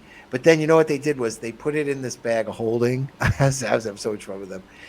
And then they put something else in there, and then it animated the body so it came back out and attacked them. So then they had to kill him again. So remember, this is the guy I brought back when they came into Ravenloft, when they came into Barovia. He was reincarnated again, then got his real life back from the abbot, and then lost his life because his buddy switched places with him. All right. Well, on the front of this, like I said, I think it's a good idea to have that kind of stuff in the game because you need to. It has to make it more real. It makes it more real that way. Now, but it does get into the idea of having the kind of agreement between players and DM that you're not going to abuse this power you have to be like, well, he just stabs you in the neck and you die automatically because you just feel like killing someone. No, right. No. So I think it needs some rule. I think it needs a codified rule. Certainly would be good. But no, I agree with you 100%. All right. No, so I just wanted to see how you felt about that I like killing player characters. That's my favorite thing to do. Of course, I'm down with it. So. Well, I was gonna say, and when I've only found the only real deaths are catastrophic deaths. Any combat deaths are always healable. Right. Right. It seems in any case, I don't think I've ever had a character die after combat. I don't think I can count them on my hands. Where some priest or somebody hasn't done something. Some fuckery at the end. Yeah, somebody has a healing potion. We had that conversation come up in my game this week as the cleric was deciding how powerful of a spell to use. Excuse me. Well, I guess go ahead. Sorry. How powerful? Yeah, I'm falling apart. How powerful of a spell to use, right? So we were having that conversation because he wanted to, he wanted to burn. He's 5th level. He's got Revivify, and but he really wanted to, blast some offense out there with a 3rd level slot. And he's like, I don't know if I should do it. I'm like, look, man, you got to make that call because, if you don't have that slot and something goes sideways, like I'm not saving you. So you think about that. What would your character do? Would you really risk that? Well, then how many times has someone died and then they're like, okay, whatever you're doing in the campaign, it's got to change now because they're looking for someone. They've got to find someone. They want to find someone to. Oh no, that was one of the better side. Actually, it was one of the better side quests in my Wolves of Winter game because one of the characters died, but it was thankfully far enough along, and it was far enough along in the campaign that they didn't have access to Raise Dead or Revivify at that moment because he was the only healer. There was no cleric in the group at the time. And then it gave, but they had encountered an NPC who had that power, and it created a nice little side quest to go find that. So, Ooh, all right. Well, we're about 90 into this thing, so I think it's time for a little bit of a story, and then we'll take a break. Grab my sweater. I'll be right back. All right. I want to hear the story. Okay. Go ahead. I'll give you a minute. Well, while you're grabbing your sweater, I will follow up with another shameless plug. We appreciate you listening. Please like, share, subscribe. Tell your friends. Check us out on your favorite podcasting app. Check us out on YouTube and on our Discord and blah, blah, blah, blah, blah, on our website, dungeonstudios.co. Fallen apart. It's been a bad week for both of us. All right. Oh, yeah. It's been hectic. Well, so on the topic of metagaming, I may have mentioned before that I have a tendency to ruin games for people. So let me share another story with you of how I did that. Okay. So we played a little game back in the day called Warhammer. Miniatures, elaborate battlefields, terrible rules, but a good time had by all. It's how I got into miniature painting, and it was a big thing that we did because not everybody in our group liked D&D. I can't remember who really got us into it originally. That's a good question. Well, probably my friend Jamie, because he was always a collector of the little pewter figurines, which we thought were cool as shit. And we would always write rules up and make our own little games with the miniatures. And then we used them for D&D. And then somebody got us hooked on Warhammer. I can't remember exactly who. I'll have to talk to my friends and figure that shit out. Because we all played for a while. But I like to paint, so I was big into it. Anyways, I have a problem with some things in this world. And chief amongst them are funny hats. Right? I have a theory on something. I'm going to share it with you right now. The more important a person is, the funnier his hat becomes. Hence, the Pope, the most important of the peoples, has the biggest and funniest hat. And by the same token, the more important a person thinks they are, the pointier their shoes become. If you don't believe me, next time you're hanging out around a lawyer, take a look at his feet. Very pointy shoes. So anyways, in Warhammer, when I was picking an army, I'm like, oh, I'm going to play dwarves. Oh, they have evil dwarves. Well, let me check out these miniatures.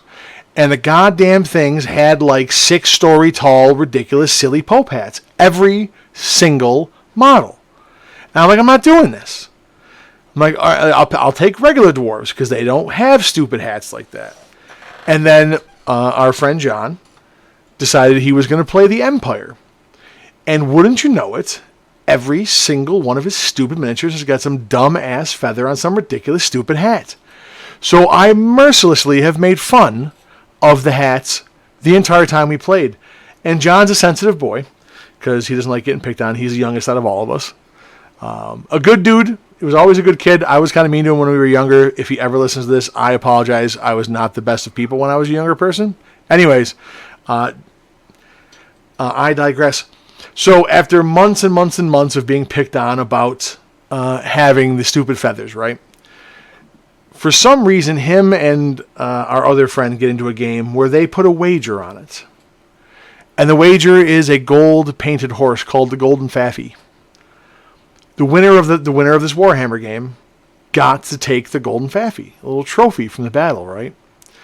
So we're talking, we're discussing, we're making fun of John because he lost the game and lost the Golden Faffy.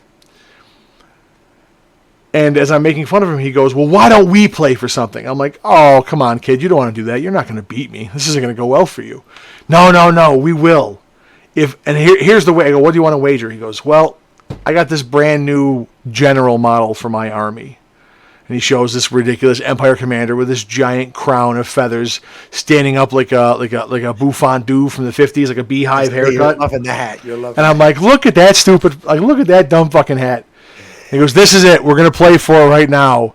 If I win, I get to put the most ridiculous feathered hat on your general, and you must proudly use him in every game going forward. I'm like, okay. And if I win, I get to scalp your general model, and you have to use him with no feathered headdress for eternity. So we agreed on terms, and thus began the preparations for what would become known as the War of the Feather. Now, I couldn't risk losing this game, so I did what I always do. I turned to the books on the eve of battle, and I realized something, which I will tell you after the break. Thanks for listening, folks. Enjoy it. I think intermission is probably the same length, 15 minutes or so.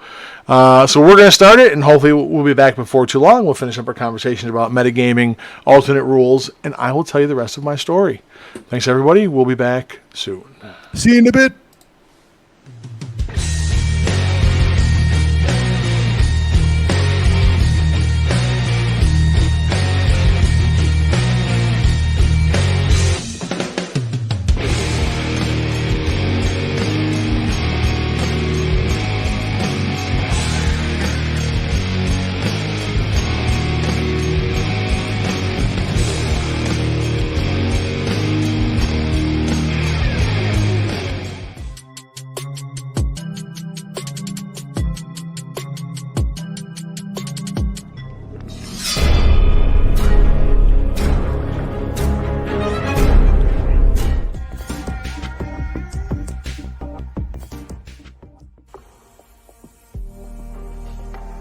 Hello, and welcome to Dark Mysteries.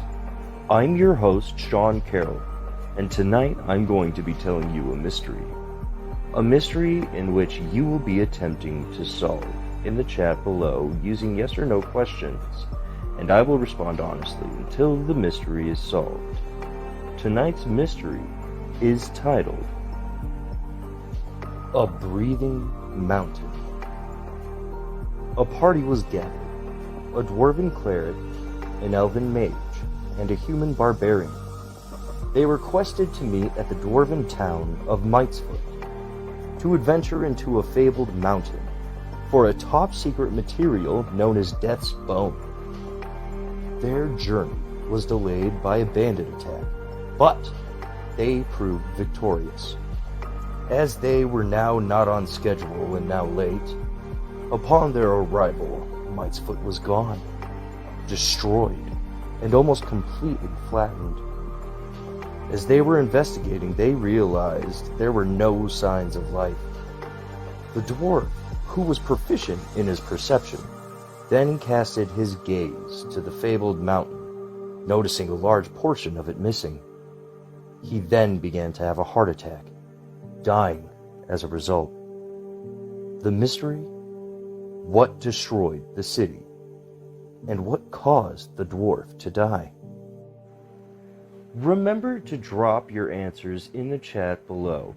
And if you enjoyed our Dark Mysteries, please leave us a like and follow. Do you have what it takes to solve the Dark Mystery?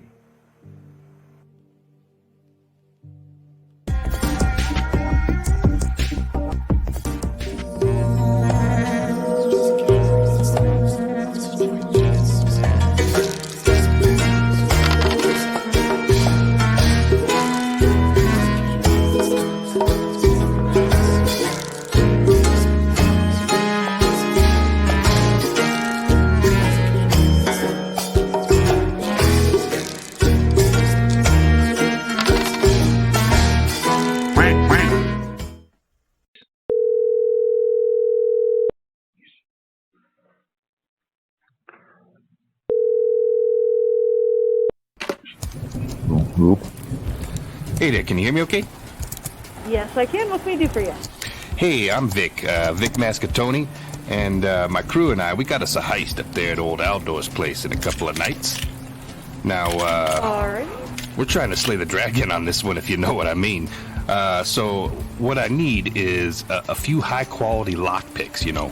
None of that cheap crap that you sell the commoners. So what's a rogue got to do to get a good lockpick? What do you got for me? Well, we don't sell parts, but if you're needing help getting into something, we can send a technician out. Ooh, that's even better. So I tell you what, you send them up to Aldor's, right? You bring the lockpicks, right? We'll cut you guys in on the heist. Do it 50-50. Alright, is this heist in a car, a house? What are we It's up at old out? Aldor's place. He's sitting on a mountain of gold up there, and we just need to get in there and fill up our bags with as much of that gold as we can, you know what I mean? But you bring your lockpicks, you show up, we'll split it 60-40. I'm not sure our insurance would cover us sending our technicians. I tell you what, I'll slide you $2,500 up front. Nobody's got to know nothing. You come with the picks. Well, I'm not the technician. I'm just the dispatcher. Well, get me to the technician. He might want to make 2,500. Okay, what's the address? And that's going to be up at Way. Okay. In which city? What are we calling here? We're calling Portland, right? Yeah, it's going to be in Portland. You said Way? That's correct. It's exactly how it sounds, ma'am. Yeah. Alright, is there a business nearby? I'm not able to pull that address up. Well, you wouldn't be able to pull it up because it's old Aldor's place.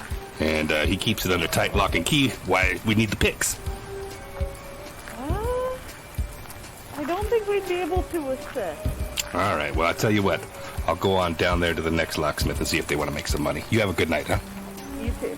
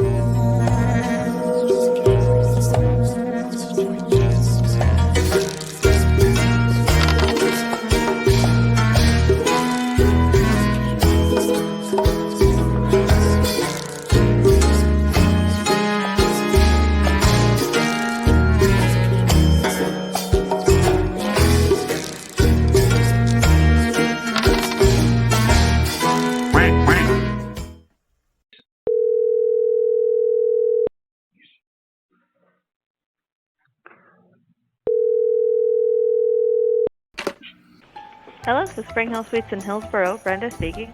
Hello, this front desk? Mm-hmm. I am Grigory Levushka.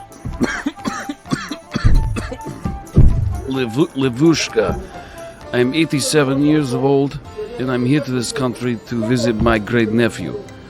So I stay at your hotel, yes? Are you asking if we have availability? I am not pleased with stay at hotel. Number one. Oh, you're not pleased. Why you no clean room? It stink like orc piss in here. Like camp of filth. I am so sorry. What room are you currently in? Number two. Next door neighbor bang on walls. Like how you say to owlbears. They fighting. You know, owlbear. You're in room 2? And number 3. The toilet growls like beast. Is giving me stink eye. Is make very uncomfortable for me. You know? Basically, Would you mind continuing this conversation on your room phone? So you help me? No. With the housekeeping? Da? the toilet has teeth. It have teeth. Why have teeth? Is normal? Yeah. Is normal. I'm sorry, sir. I'm not entirely sure what's going on. If you wouldn't mind coming to the front desk, I wouldn't mind assisting you. I'd be there as quickly as can. But if Sounds good. you follow the sound of what sound like two owlbear making love on second floor is no good. Alright. See you soon. Thank. I keep my rules to myself. Fudge a couple numbers so the body don't run out of health. Always the perfect typical, watch him bleed. It's a lot of power to wield.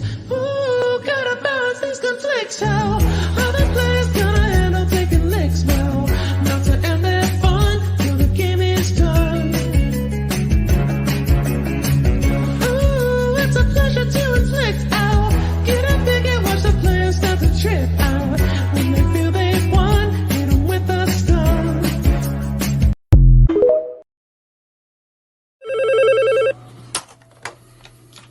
Hello? Hey, I can't come into work today. Is everything okay? I can't see. You can't see. Something wrong with your vision? No, I can't see myself working today. Bye.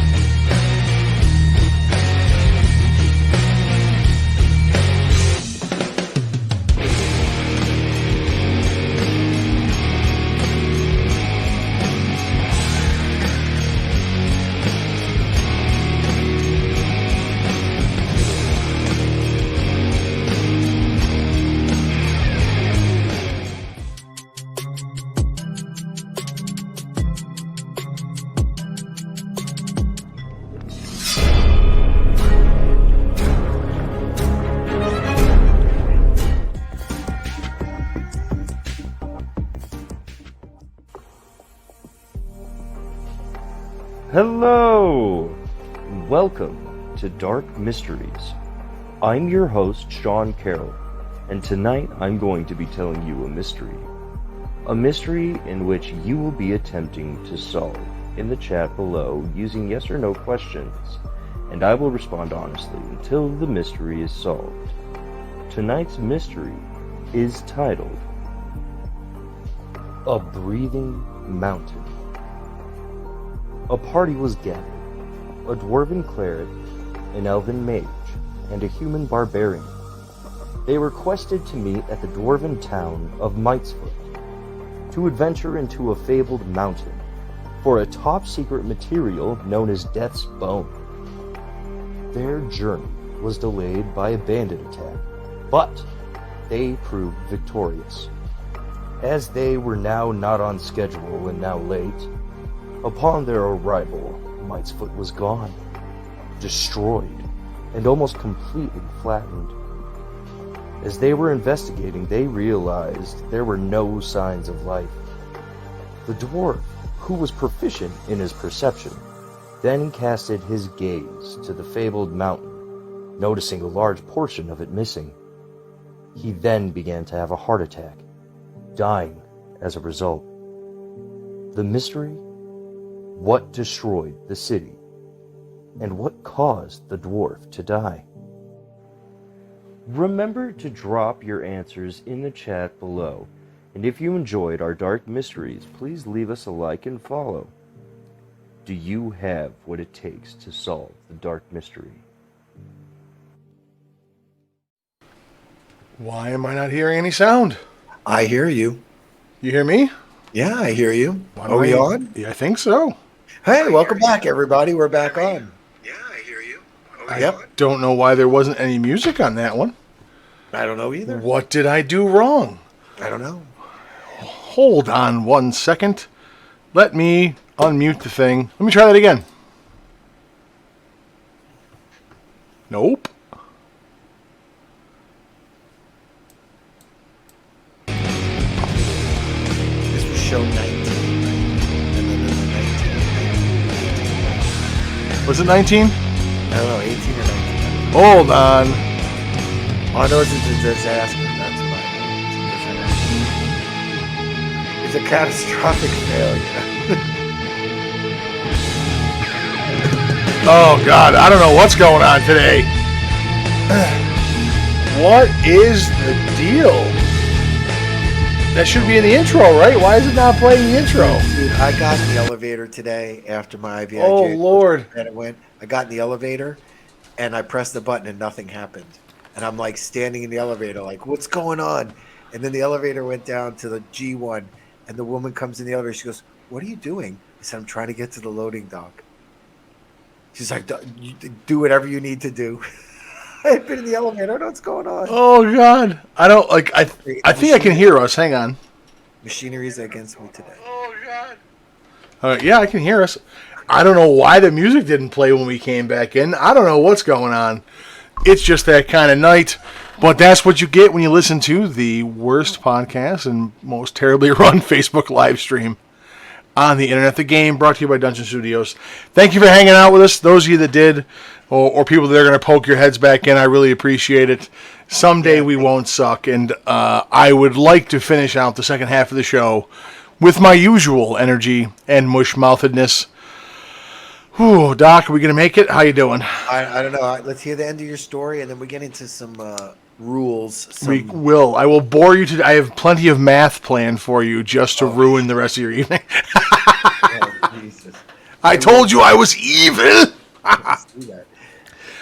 Oh, so here, so here we are planning out the War of the Feather, and I set up the night before, looking through my books, trying to find some way to do exactly what I always do in competitive gaming, and that is make sure my opponent can't play the game. So I'm digging through, trying to figure it out, trying to permutate it, and then I stumbled across one section of dwarf runes. Funny that we're talking about dwarves tonight. Yeah. I look down and I'm reading through, and I happen to stumble across this one called the Rune of Toughness. And it gives your character a toughness of 10. That's the highest the stats go in the game. And I'm like, it's pretty good. Probably going to be really hard to hit me. And I take a look at the chart in the book, which shows how much or what you need to roll to damage a toughness 10 character. And I happen to notice something that I hadn't seen before. That if you have less than a strength of 7, you can't damage the character at all. Right? Well, right. I quickly go into the other rule book and I see that nothing the Empire has, not a single unit, save for the large cannons, have a strength higher than 6. Not the heroes, not the champions, not their monsters, not their war machines, nothing except for one solitary, overly priced cannon, which I know that John neither owns and thus couldn't field, and also doesn't care for, because He thinks it's silly. A strength 6 cannon's just good enough to get the job done. So the morning dawns, the banners are drawn, we array the field of battle, and out there strides Bromberg Tenpenny, dwarven commander and bearer of the Rune of Toughness. John lines up, and I see that he has put no big cannons on his side of the board, just small cannons, just multi-shot cannons, the kind of things he intends to use to whittle me down from range.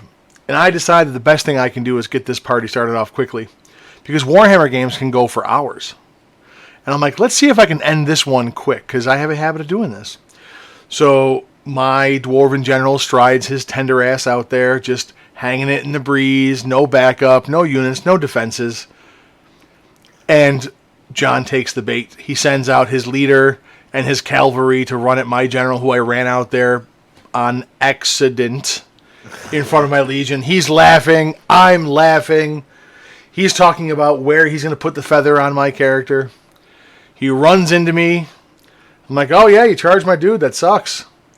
Yeah, go ahead and roll. What do you got there? Oh, I got a leader with 3 attacks and this. And, okay, the knights. Yeah, I got knights. I got this. 2-handed that.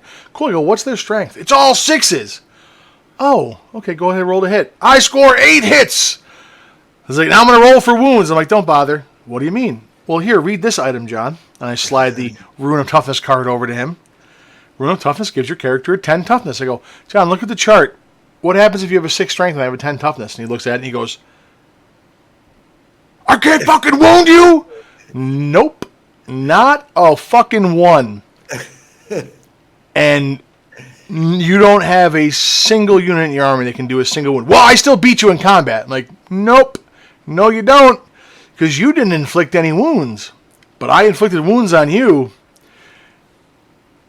Go ahead and make your psychology test. And in round 1, the Empire, which we had always called the Runpire, comes up against a lone, fat, old, bearded dwarf with a single rune etched on his breastplate, and immediately turned tail and run.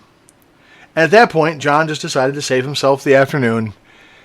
He packed up his army, save for his general, who he handed to me, where I immediately scalped him of his giant feathered headdress, and began gleefully supergluing it to the hand of Bromber Tenpenny, who bore that trophy into every battle until we stopped playing the game. And that is the end of the war. That is the end of the tale of the War of the Feather. I like it. I like the War of the Feather tale. Yeah, So back to my original point. I've ruined many games for many people, and that was one of them. And it's just like our friends watched that, and it was just there's just something about my opponent not being able to play the game that makes me feel warm and fuzzy inside. I don't know what that is. That's because you're a let him die. It goes along with that let him die attitude, I think. I 100% am. All right, hey, so moving right along with our topic in our second half here, as I got you for as long as I can get you for. This was actually put in by one of our people on our Discord, so we do listen. And he had a really good point after the last podcast and asking questions about how you run certain kind of things and checks. And you've already hit in your weekly gaming story all of the topics that this poster had put out there. Which, really? Yeah. So he said about metagaming, player knowledge versus character knowledge, and then resolving skills and checks based on what the character knows versus what the player knows and how you do that. That's a good question. No, it is a really good one to finish it. So let me just run through the points that we talked about already. So as far as the catastrophic damage goes, I agree with you 1,000%. You need to have rules in there that reflect that. I personally want to go way more hardcore. I would like a system, and I think it benefits narration. I might have talked about this before, but where hit points are now hero points and you expend them. The damage dealt, quote unquote damage, is how many hero points you have to expend for your hero to actually avoid being hit by the dragon's claw or being bit by it. So you change your narrations to being, ever more epic explanations based on how much damage was dealt of how you just avoid getting hit and killed, right? Right. And then I would like to add an injury system, like you had talked about people losing hands and feet. So that when there are, so that there is some potential consequence, and that plays into my ideas about having downtime to heal, but it also places a premium on healers because if you allow spells of a certain level to restore injury, as opposed to hit points, the cleric now has a super important role in keeping people up and functional. Right, and then for people like me that hate magic items, you can have healing potions are now just basically fucking fantasy Red Bulls to restore that pool of hero points, right? Potions of vigor and whatnot. And here's the thing, I have no problem with it. So think about it. Second wind. That ability is name and function makes more sense when hit points aren't damage you can take, but is instead your reserve of energy to avoid getting hit, like the dodge and shit like that, right? Exhaustion. So, I would go that route, but I agree with you. It needs to be in there because, again, if everything is rules as written, any scene you've seen in a movie where they threaten the hero, they kick Gwen Stacy down the well or whatever, like none of those are relevant when we live in a world where when we play a game where you know how many hit points there are, right? And people aren't at risk, which is back to the metagaming point. Like your character doesn't know that, and think about it. Your character. Your character sees someone about to cut your throat. They think you're going to die because they don't know what your hit points are. But players don't play it like that. Now, hang on. I want to talk about metagaming for a second. There was a poll on Facebook, and I think it was Hank and JL. I think it said Hank is the fighter, and Hank wants to make the kill, and JL is a rogue, and he pops an arrow off at the end of the round and kills Hank's kill, and Hank is really, really mad. So who's right here and who's wrong? And I put Hank was right. Hank was mad. I mean, he wanted his kill. And then I put in the comments. Now, and here's the other thing. It was at 2% and 98% or something like that. Oh, really? And then I picked the 2%, so I went up to 4% or whatever. And then I wrote in the bottom, are you talking about characters or are you talking about players? Because to me, if a fighter, a player is playing a character who is a fighter, and that fighter has a problem with people stealing his kills, well, that's part of the game, and that's part of his role playing. And it turned out that was the answer. But on this Facebook page, everyone just read it as a player problem, not a character problem. Okay. And I think it's important. And I think Hank can be mad at JL in the game as players. Right. Well, as characters. Excuse me, as characters. Yeah. So I think I know I told the story before about the most mad I've ever been in a game, where the player decides to murder another character's like NPC friend that's been their whole quest for the whole thing for no reason. So without rehashing that, in the Hank and JL scenario, right? If Hank has a character motivation that's established and is known to other characters, and the rogue is in character trying to fuck with him on purpose, then 100% Hank should be upset. The rogue's being a douche, and that creates a tension and drama and dynamic in the party. In the party, the players, excuse me, the players should either discuss and agree that shit's okay either ahead of time or in the moment, like I explained, because there was a moment early on when I was teaching my kid the game, where she thought her character would take offense to another character making jokes about her being a kitty cat because she was a tabaxi. Right. And she's like, well, I want to threaten him. And I go, okay. I go, here's the thing. That's wonderful. You have a character-driven reason to do something. It completely makes sense that you would, you're trying to stand your ground. Here's what you need to do. As a player, I want you to understand that not everyone gets the motivations for why we do things. And you always want to clarify that what you're going to do, if it's going to be controversial or it might make somebody feel a certain kind of way. is explained as, just so you know, here's what my character is going to do and here's why. So they realize, so there's no question that it's character versus character, not player versus player. Right. So so in your Hank and JL scenario, if the rogue's like, hey, look, man, it's like, I know this thing's really big, it's really big for Hank, but remember 4 rooms ago in the dungeon when you did the thing I didn't ask you not to do? Well, you definitely pissed my character off. So I think he would take this opportunity to do this to you on purpose. I'm not mad that you did the thing because it makes sense for your character. I don't want you to be mad because I think it makes sense for my character. But this is what I'm going to do, so you can. And then it does 2 things. One, it should get rid of the butthurt feelings that people have. Because it's not and that's what I was just thinking. People have to be able to separate that. Mm-hmm. The character's butthurt, right? But the players shouldn't be. Yeah, and this is the balance with this, right? So you want the character is obviously going to do something that's going to be a shock to the other character. They're going to steal that kill and be like, I can't believe you did that. And characters, like players, people in real life, they respond differently when they are not expecting something, when it's a surprise, than they do when they kind of know it's coming, right? So, if I was trying to give a good example in real life. Let's say you're playing paint. I can even say that one to that point. If the rogue keeps doing it, he should know it's going to happen.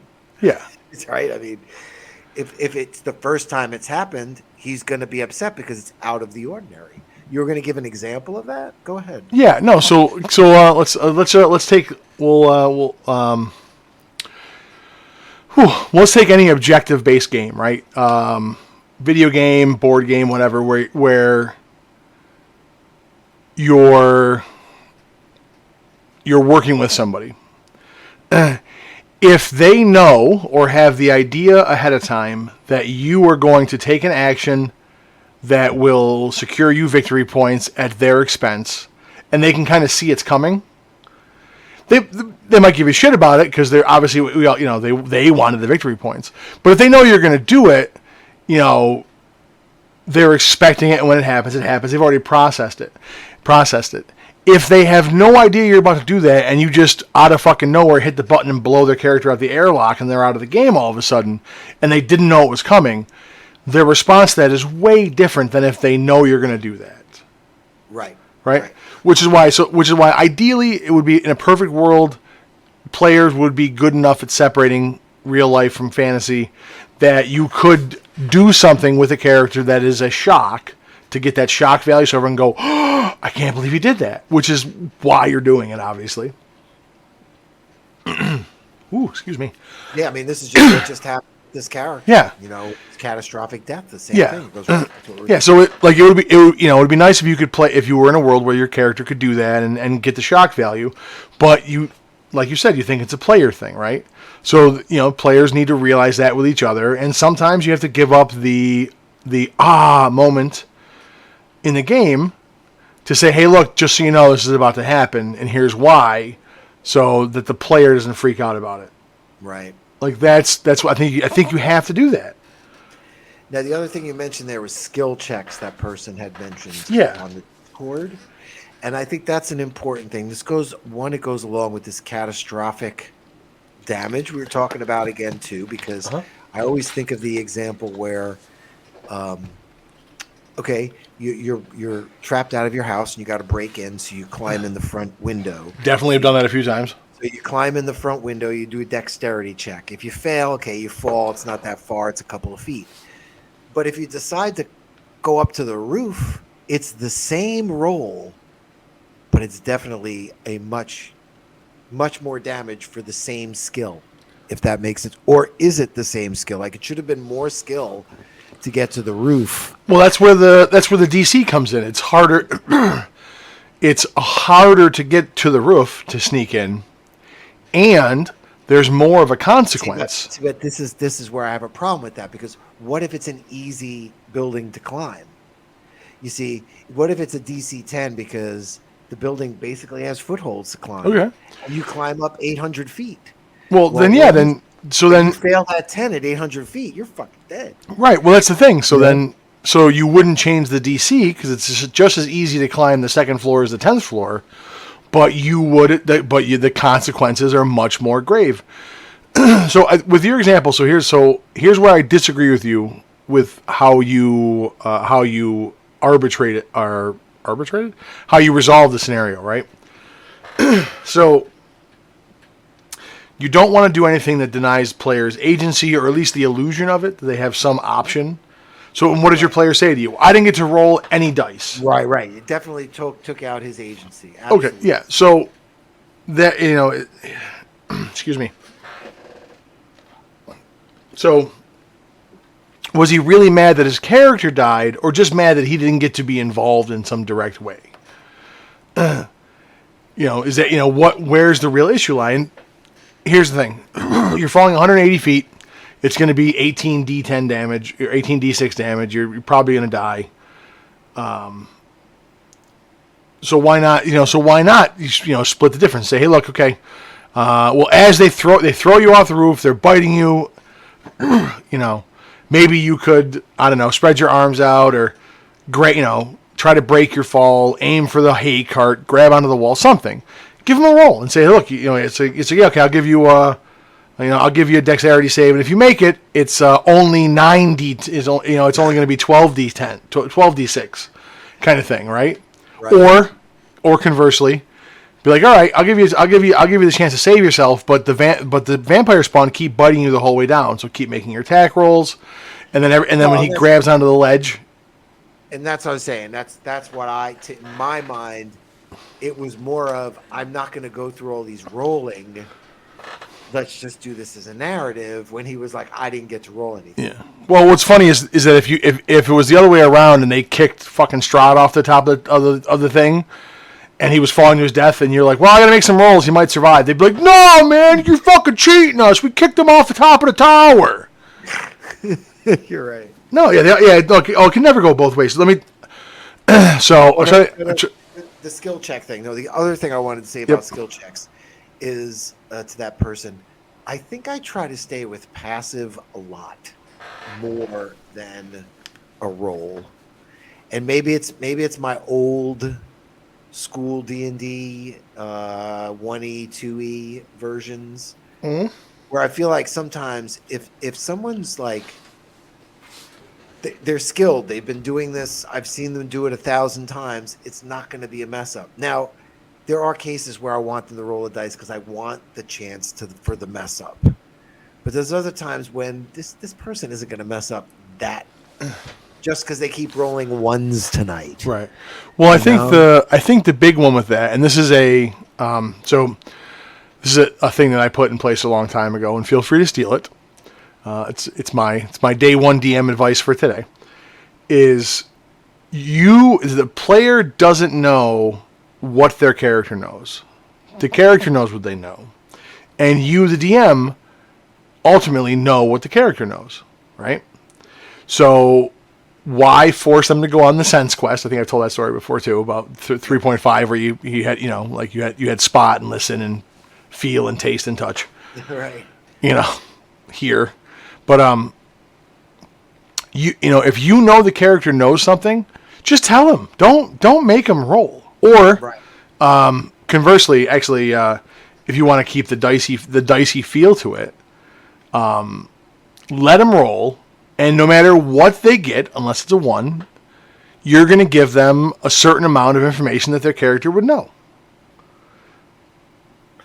Well, I even propose there if it's a 1, just do something wacky.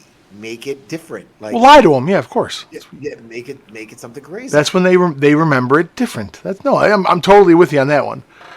But I don't think it's really tricky, and this goes right back to the relax ready roll too, because a lot of times people the players are just holding the die, and really just need to roll, because the die is going to make the decision.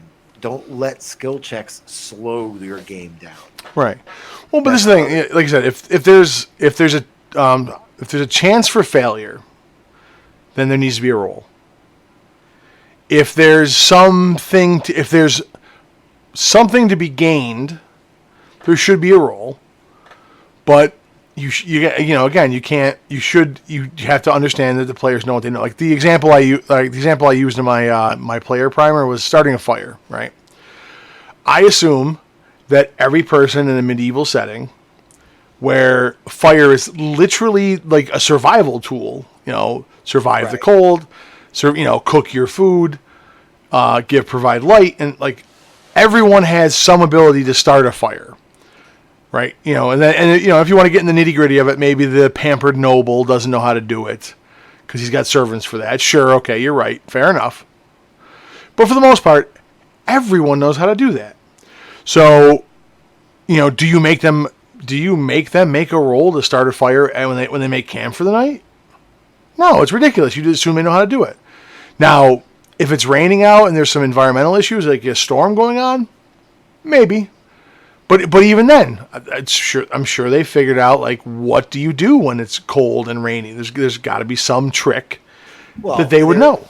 There is the discussion where you make them roll, and then even if they get a low roll, you say they get the fire, but it took a long time. You can do that.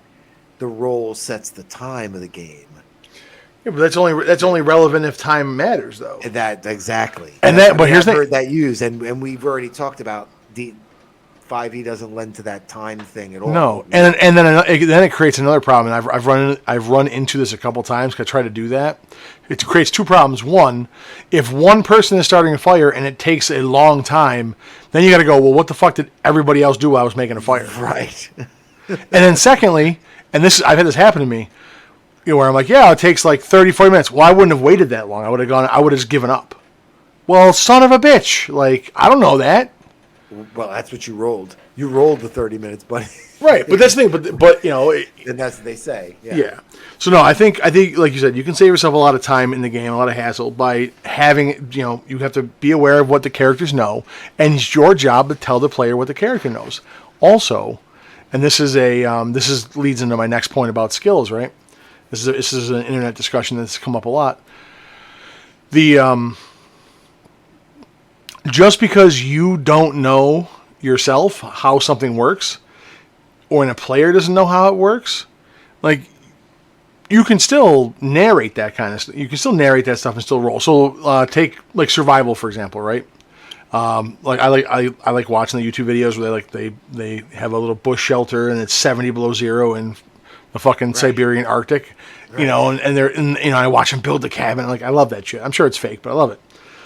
But I've picked up a few things on there, like you cut down and shake off and dry pine branches, and you lay those down, and then you put your blanket on that because you don't want to be on the ground directly, and also all sorts of little like survival tricks, right?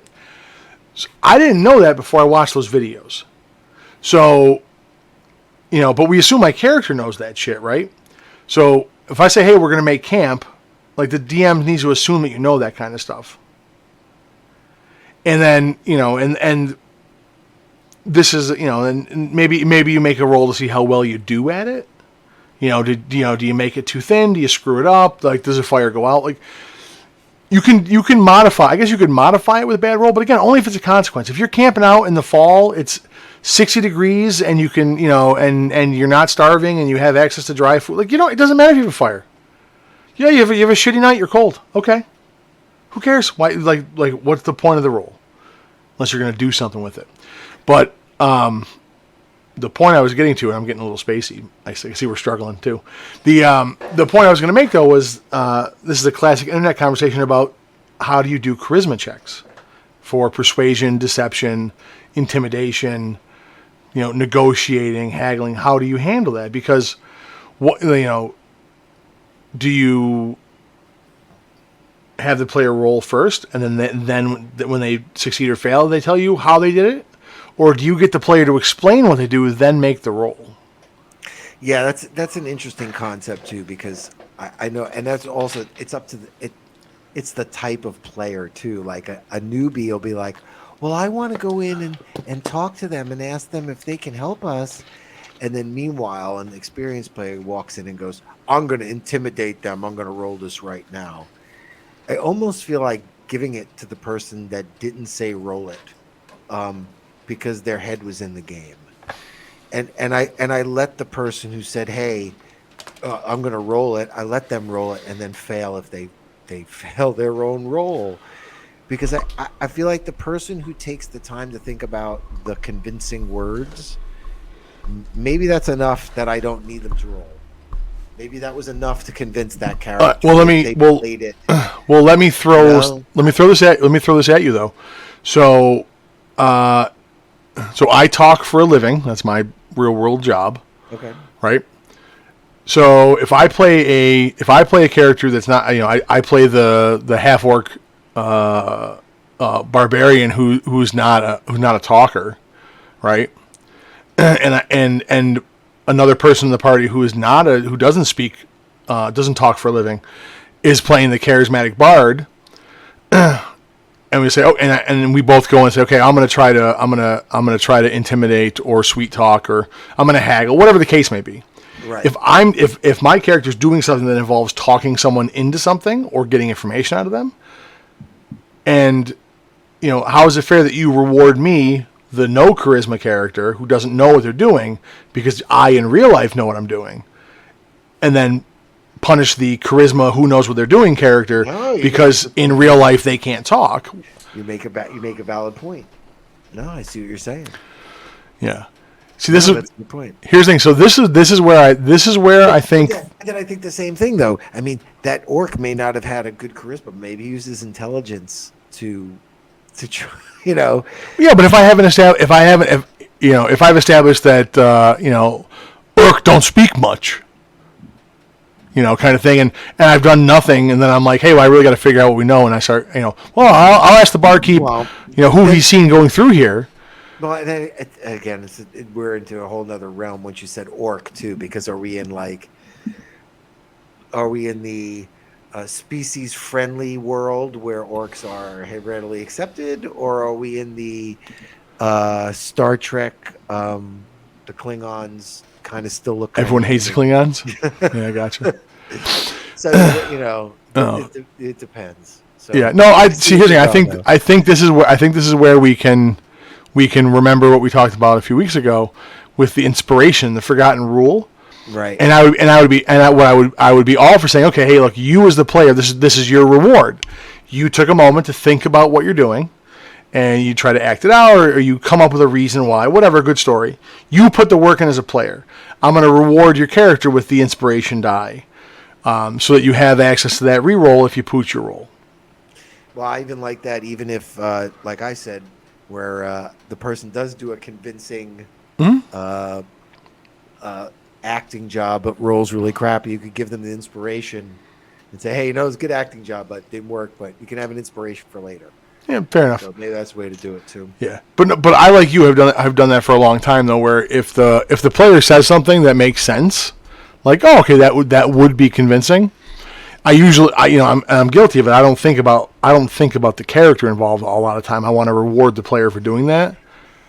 Well, and you made a good point before with starting the fire, because almost everything could be a roll if you stopped and slowed down to think about it. Everything could be, Yeah. I'm walking down this slanted hallway. All right, everybody's got to make an athletics check. Yeah. You could get really carried away. Yeah, and here's the thing: it can work the other way too, because this is the classic seduce thing.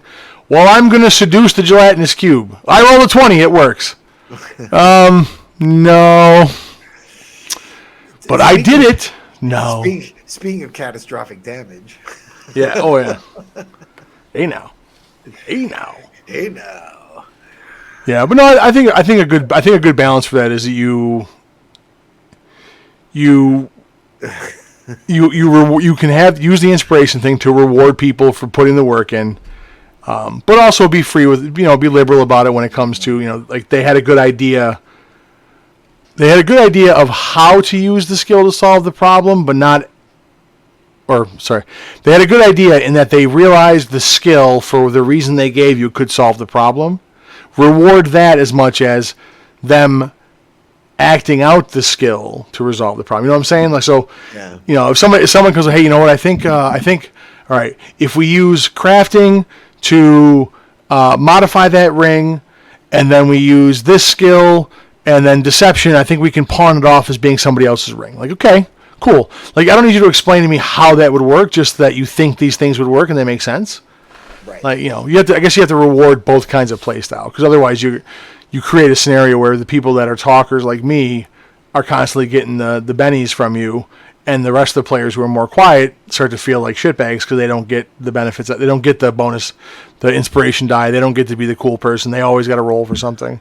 Yeah, I don't know. I don't know if that's necessarily true, because I think each, when you start DMing your quiet players, they get a different role in your campaign. You figure out how to fit them into when they're not speaking, I think. Maybe, but I think you need that's the thing. As a DM, in game. Yeah, you gotta reward the player Yes. for trying, and you can't skill shame a player, I guess. Because you have like I said, if you have a talk, somebody who's a good talker or somebody who knows things, you can't punish the players who know less. Skill shame. Yeah, you can't skill shame the players. Really can't do that.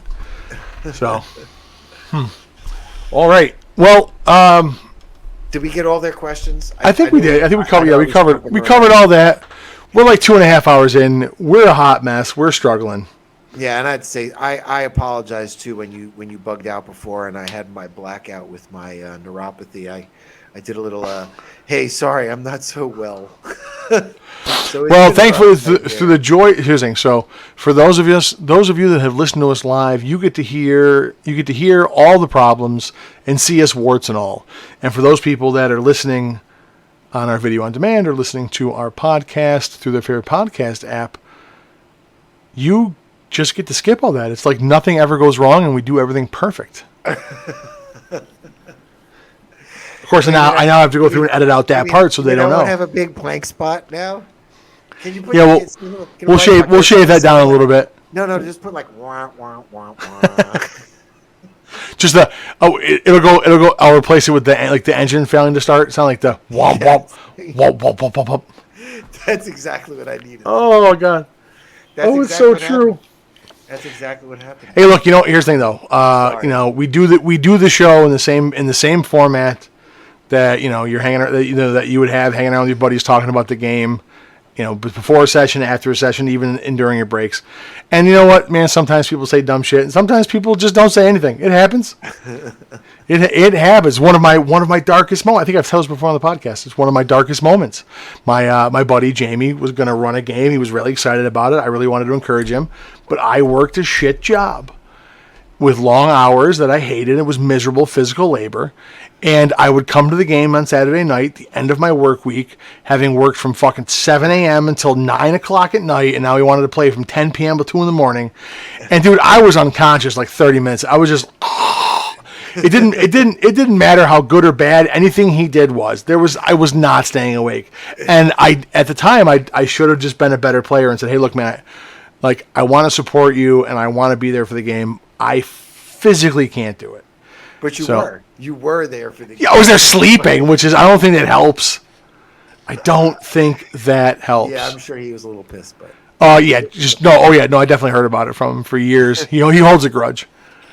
So, all right, well, hey, let me close out then with the shit. So let me just go over some shit that I hate. And today it's going to be exactly what I just said. It's work. It's jobs. I find myself very excited about having the opportunity to do all this creative, nerdy stuff, and would love to do it for a living. And it really puts in perspective when you got to go to the day job, and you gotta put all your time into that, which something to be said for being a good employee and whatnot, and being a good person. But work sucks, man. Like, even if you like what you do, if it's not the thing you're passionate about, if you're not one of the fortunate people that gets to own the nerd store, or make the video games, or write the books, while you're grinding away to get to that point, it definitely sucks. It sucks. I would love to sit down and finish all the editing I'm behind on, but I got to go to work, man. I don't wanna. I'd much rather do cool, fun nerd stuff.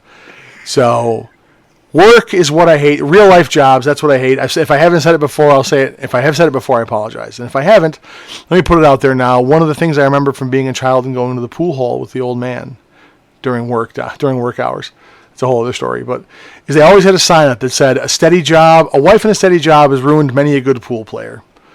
And that mantra is as true can get, and it applies to everything. That is true. So I will say this right now: a wife and a steady job have ruined many a good D&D player. So, but that's the shit I hate.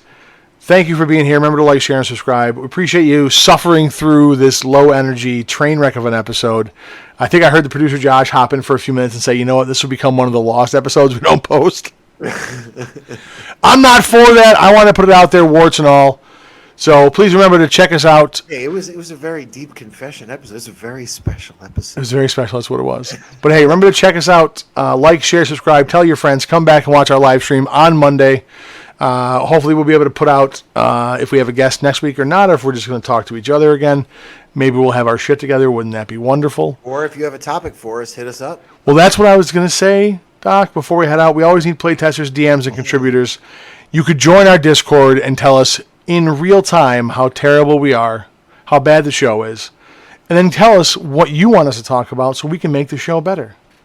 I'm all for it, because then I don't got to think about shit during the week. I just show up and answer your questions. And really, wouldn't that be a better way to do things? Hey, remember, no matter how you start out, you always start out odd. But with a little creativity and effort, you'll have some advantage. Yeah. Yeah, we are fucking running on fumes here, folks. So remember, you play tabletop games, and you play tabletop. I can't do it either. I screwed it up because you screwed it up. Oh God, we suck at life. You play tabletop RPGs because they are unlimited. So why listen to conversations that are any different? Thank you guys. Have a good night, internet, and we will see you next Monday. Good to hang out, Grom. Good to hang out. Good, buddy. yeah, as fun as always. Did I push the button? Good night, everybody.